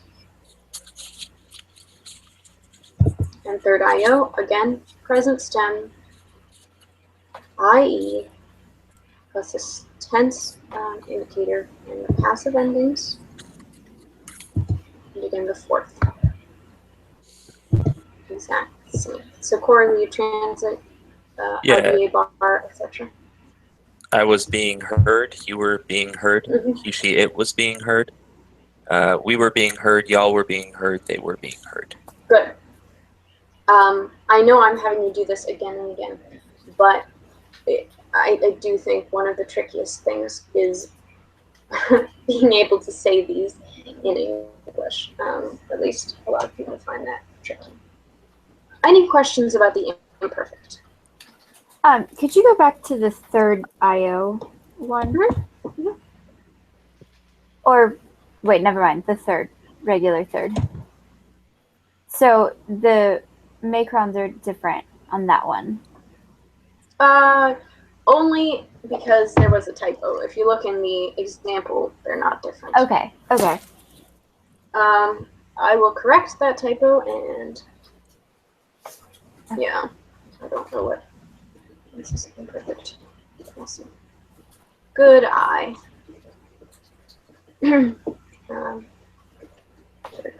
Yep. If you notice anything like that, do tell me because I'm sure there are more typos in 64 slides. There's bound to be some, but I hope not. Okay. Good. Okay. So then the future passive indicative. For first and second conjugation, we have one pattern. For third and fourth, we have a different. First and second conjugation, present stem plus the vowel in bo, bis, bit, bims, bitis, bunt. Here, present stem plus the same vowel, bo, bis, or beris, bitor, bimor, bimini, buntor. I like the sound of those two, you know, there's a certain jolliness about or beris, bitor, bimor, bimini, buntor.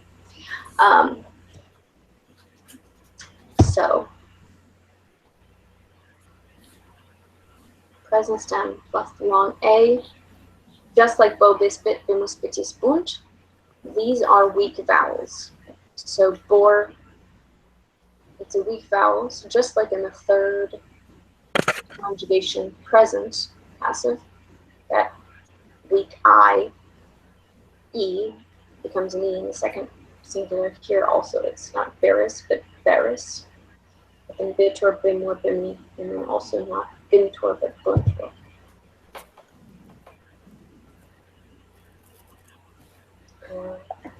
And likewise in the second conjugation, Nathan, want to give a stab at translating the future passive indicative? Yeah, I was. This is Future. sorry. Tell me about tomorrow. The FBI will call you, and I will be. That's warned, right? Yep. I will be warned. I will be warned. You will be warned. Yeah, you will be warned. She should be warned. Yeah. Okay. Good. Good. Questions about either the formation either of the Latin future passive or the English future passive?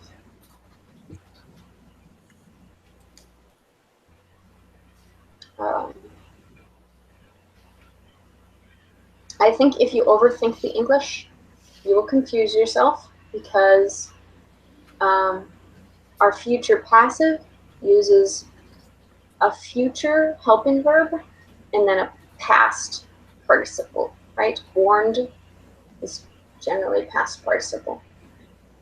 Just how we do the future passive.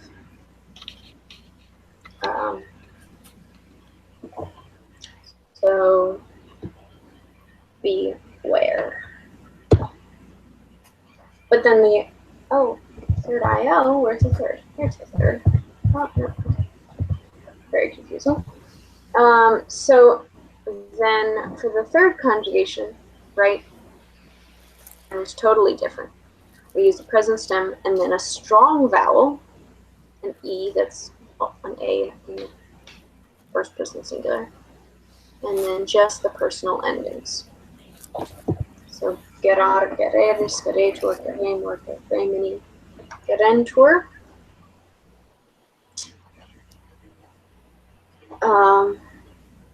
Then I have to go back to the third because that I got out of order.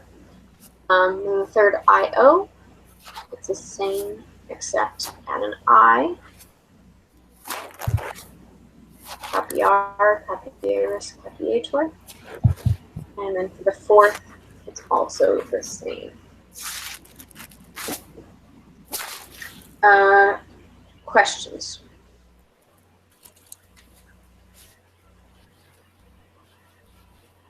So now you know all the tenses, all the indicative, all the forms of the indicative that use the present stem.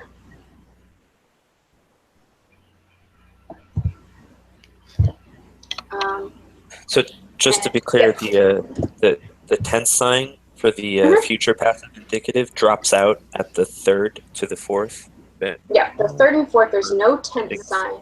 It's just you have to check your vowels and see, are these the vowels that go with, say, the present passive indicative or the present indicative or the future indicative? They're different vowels, but there's no distinctive tense sign. Okay. Yeah.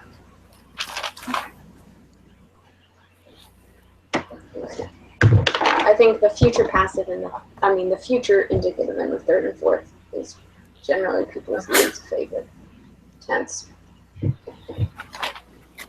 Some resentment is felt, perhaps not irrational.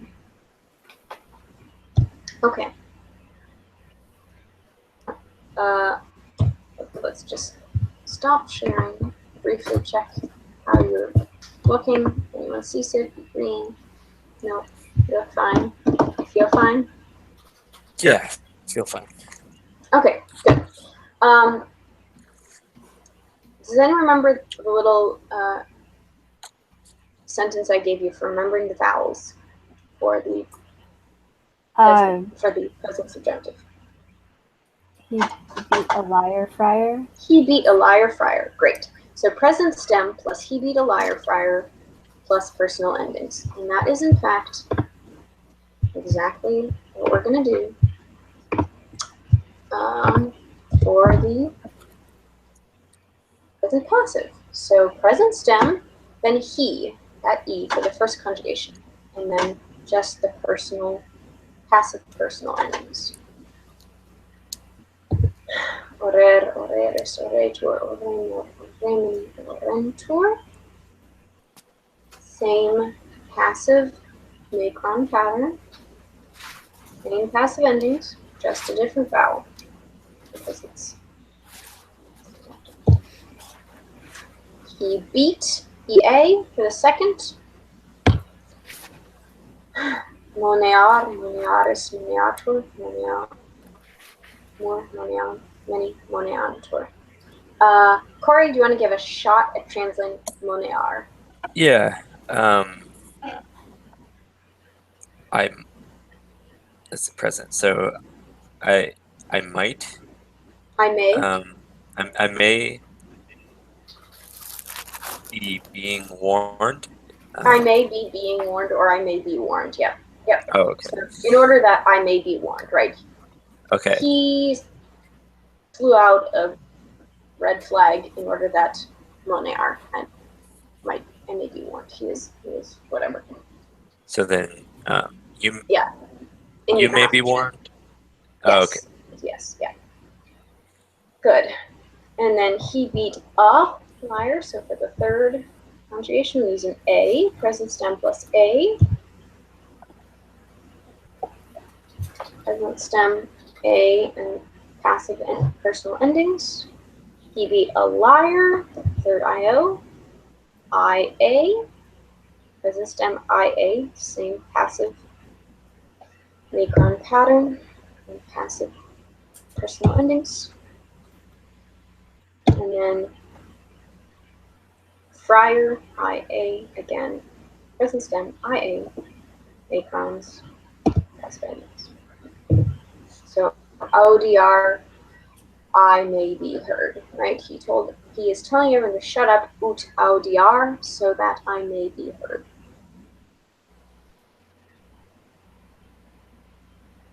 Questions?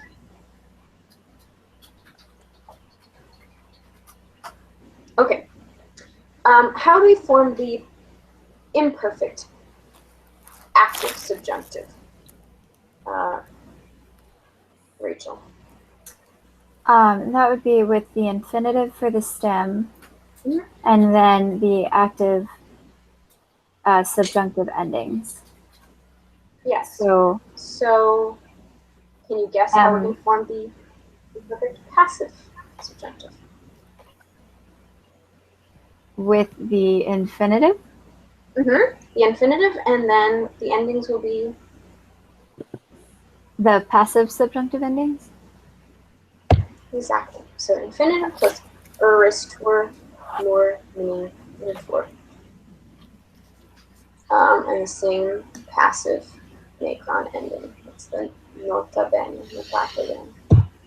Okay, infinitive eristor, more, meaning, for. So orare is the infinitive. So orare, orareris, oraretur, oraremur, oraremi.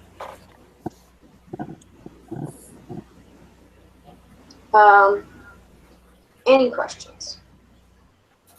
So are the stems all the same in the passive?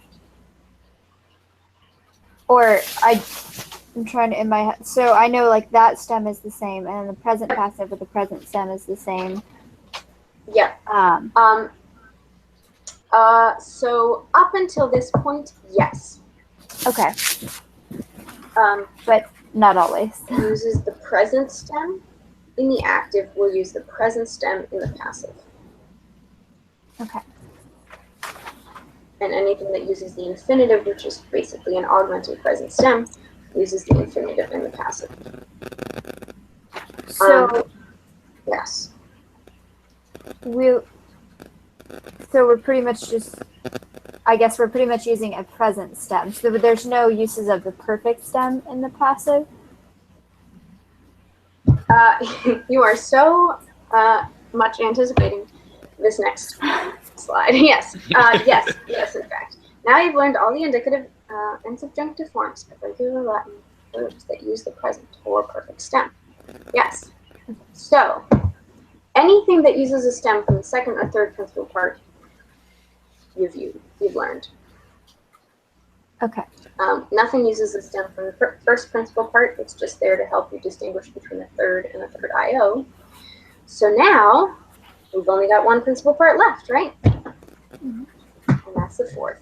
And that's what we're going to use for the passive forms of the verb that in the active forms use the perfect stem. Did you understand that? That was a lot of things I was saying, but we're going to now talk about the perfect indicative, the pluperfect indicative, the future perfect indicative, the perfect subjunctive, and the pluperfect subjunctive. All of those use the perfect stem from the third principal part in the active forms. In the passive forms, however, they are compound tenses. Okay. And what does a compound tense mean? It means it's not one word. So all the other verbs we've learned thus far in Latin, we don't have any helping verbs. We just have one complex word that has lots of signs in it. This is the perfect passive indicative, the pluperfect passive indicative, future perfect passive indicative, perfect passive subjunctive, and pluperfect passive subjunctive are compounded from the fourth principal part, which is a participle. So, and then a form of the verb to be esse. So here we have helping verbs, like we do in English. So how do you form this? Well, you go to the fourth principal part, and that's an adjective. So you take that adjective, right? It ends in us, so it's a masculine nominative singular, actually, adjective. And then you add a form of the verb to be. So for the perfect passive indicative principal part, which has a very alliterative name, it's the perfect passive participle. And then you use the present indicative of the verb to be. Sum esse, sum est, sunt. Like that. So, passive indicative. Corey, could you get us a stab at translating monitus sum?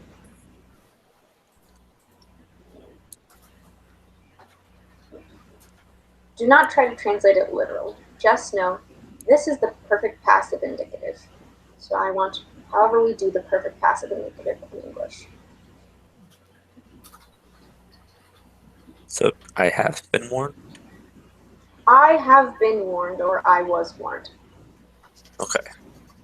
Perfect. Monitus sum. Monitus est. Monitus est. Moniti sumus. Moniti estis. Moniti sunt. Wait, say that again. How does that translate? I was warned, monitus sum, or I have been warned. Just as the perfect active would be I warned or I have warned. So there's like no difference in the way it's translated then? What do you mean? No difference in the way it's translated? Because that's, I was warned is the same as just the, oh wait, never mind, I got it. I warned versus I was warned. Okay. So I warned the captain, I was warned by the captain. Yeah, they're Okay. different.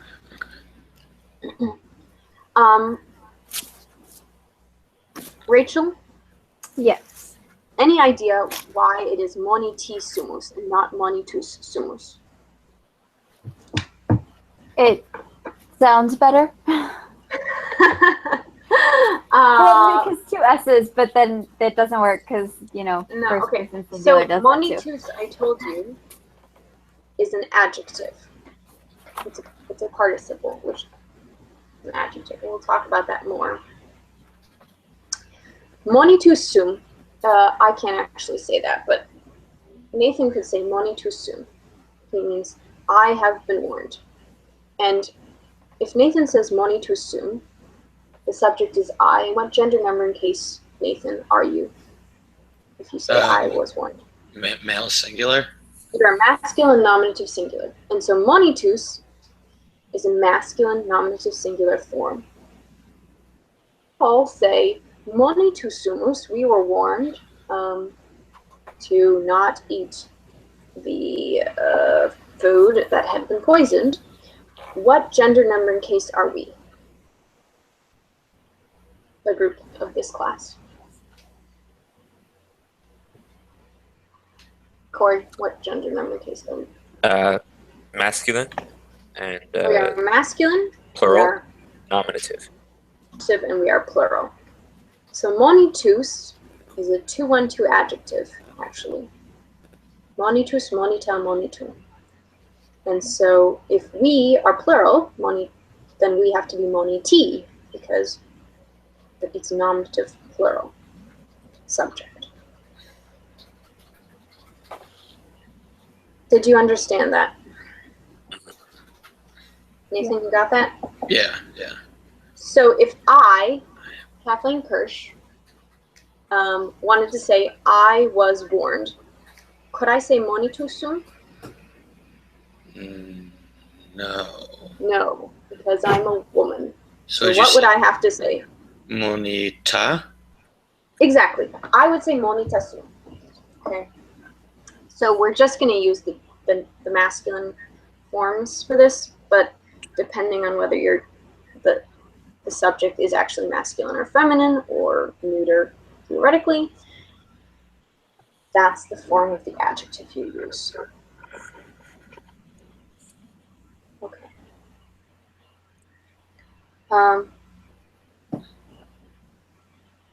Corey, how do you feel about that? I agree with it. All right. Good. Agree with it. Understand at least what I'm saying, even if Yeah, really I it's like, understand it. Yeah. okay, I'm 97% Workable. full. Cram these little bits in. But yeah.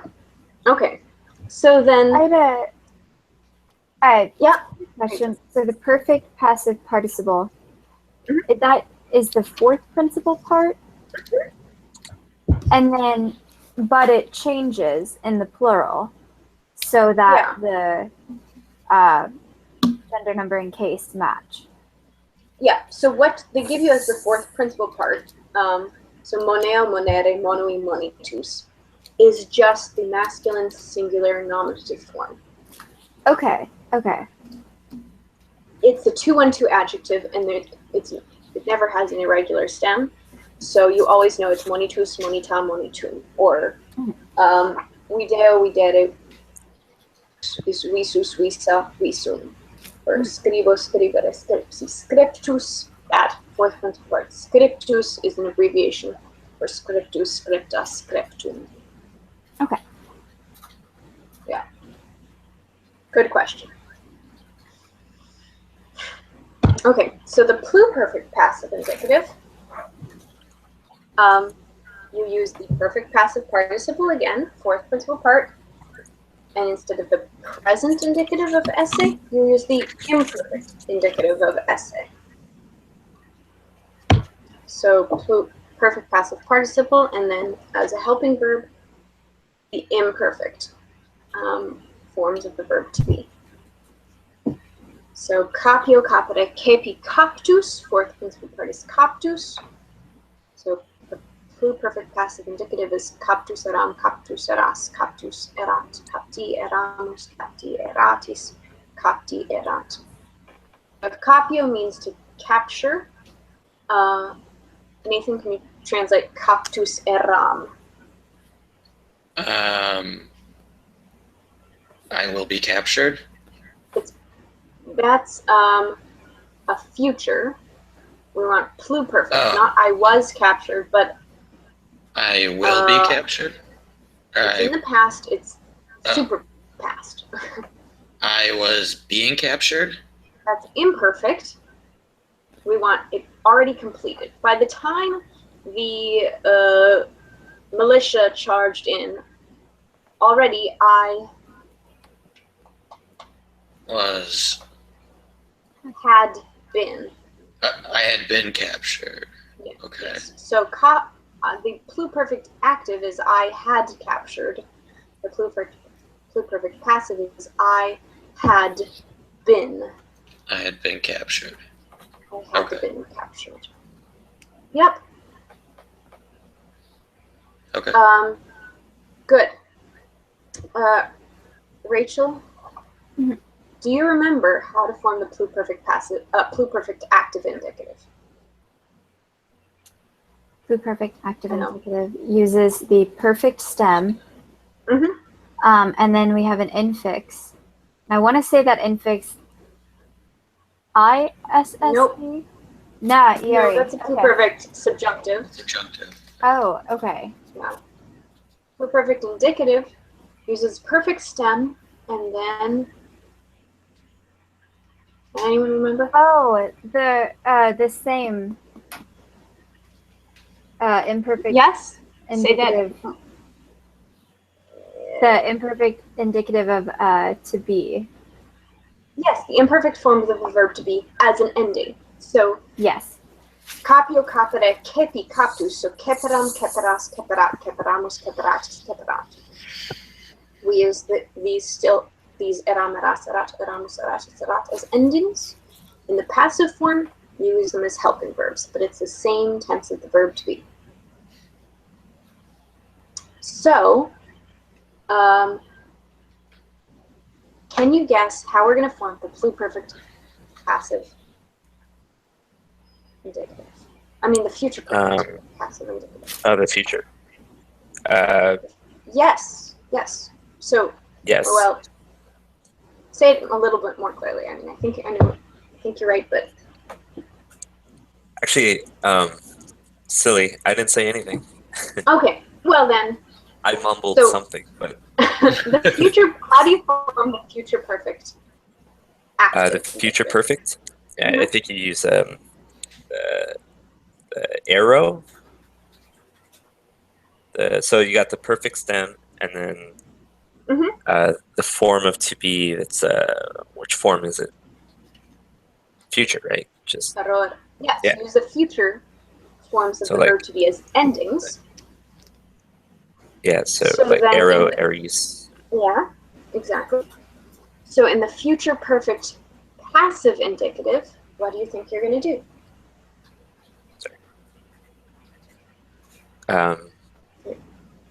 The same thing, Is it just perfect? with the perfect the perfect stem, and then Yeah, the same perfect ending. passive participle.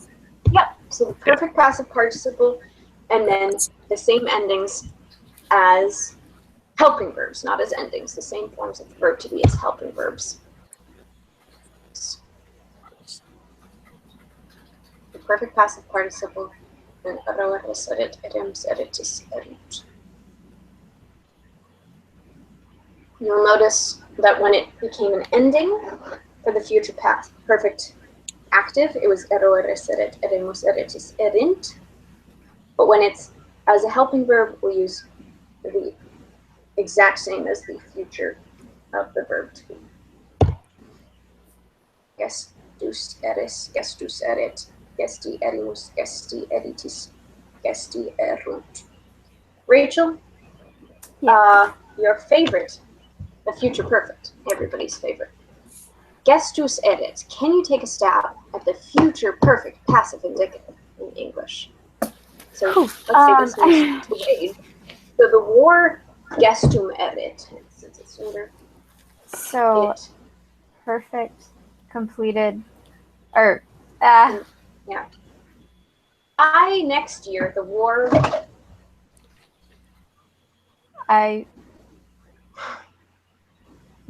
So I'm trying to say that in passive tense that the war. I'm sorry. I'm really not sure what Okay. future perfect is even translated Future as. perfect. Let's say the future perfect active is I will have waged. Okay. So- So future completed action. Yes. Yes. Okay. So So I will have passive. waged will become. The war. I will have been waged. Exactly. Exactly. Okay. The war will have been waged.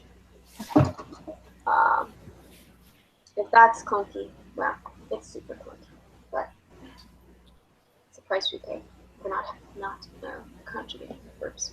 It's okay. Okay. You know all of the indicative right now. You've learned every single form of the indicative. And give me 2 more slides, and you'll know all the forms of the subjunctive as well. 2 more. Okay, just hold in. So, I guess it's probably 4 slides. So, the passive indicative was the perfect passive participle plus the present indicative of the verb to be. So the perfect passive subjunctive, not surprisingly perhaps, is the perfect passive participle plus the present subjunctive of the verb to be. Okay, so not sum ss, sumus esti sunt. Passive indicative. The perfect passive subjunctive uses the same tense, but just the appropriate mood, namely the subjunctive. So auditus sim, auditus sis, auditus sit, auditissimus, auditisitis, auditis sunt, sint, I mean, and if you want to know how to translate that, auditus sim, I may have been.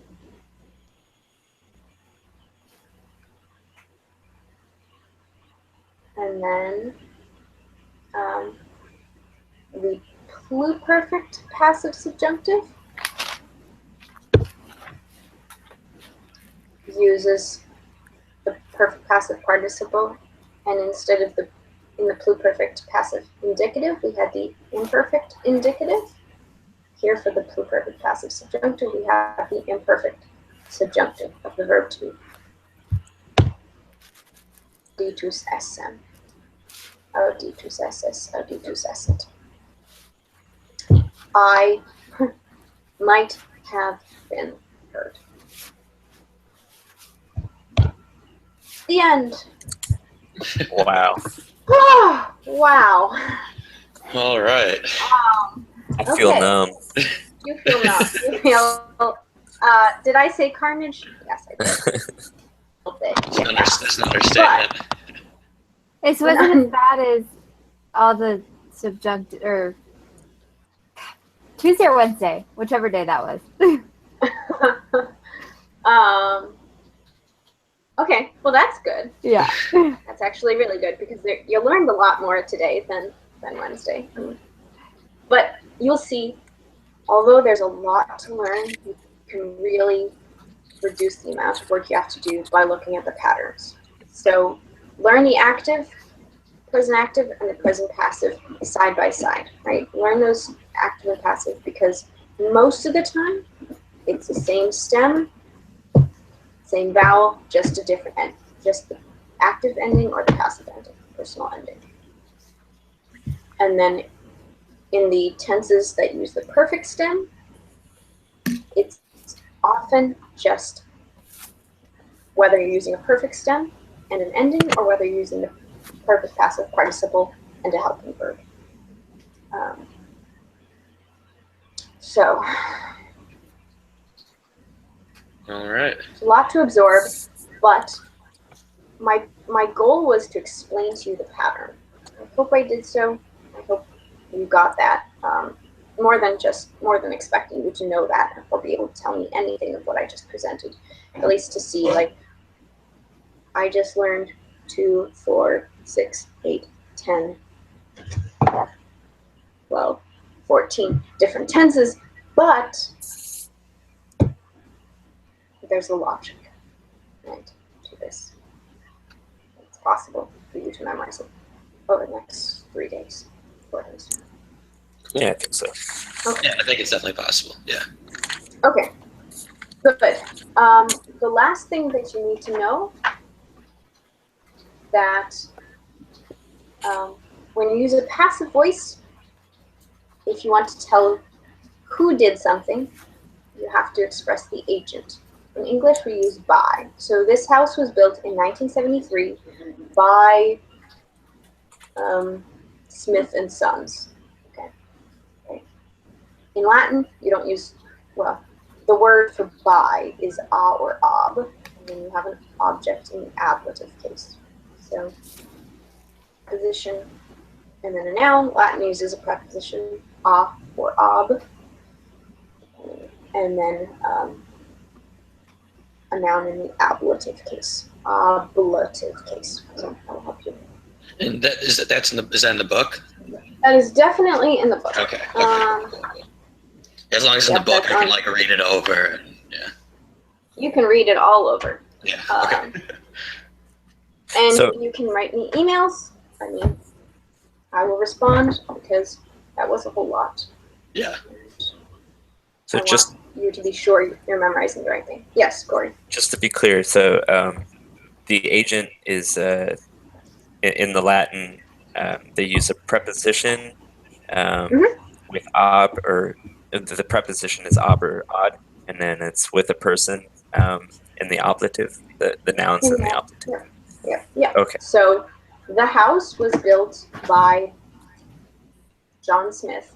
Right. The house is the subject, so it's in the nominative. Was built is the passive indicative, and then the agent is ob Johanne Smitho, or whatever the ablative of John Smith would be in Latin. Yeah. Okay. And you said the passive voice was used to say, in Latin, to say who did? So you can always leave out the agent if you're using the passive voice. The house was built in 1973. You could also say, domus aedificata est in, don't make me do 1973 in Latin, because you can't do that. But,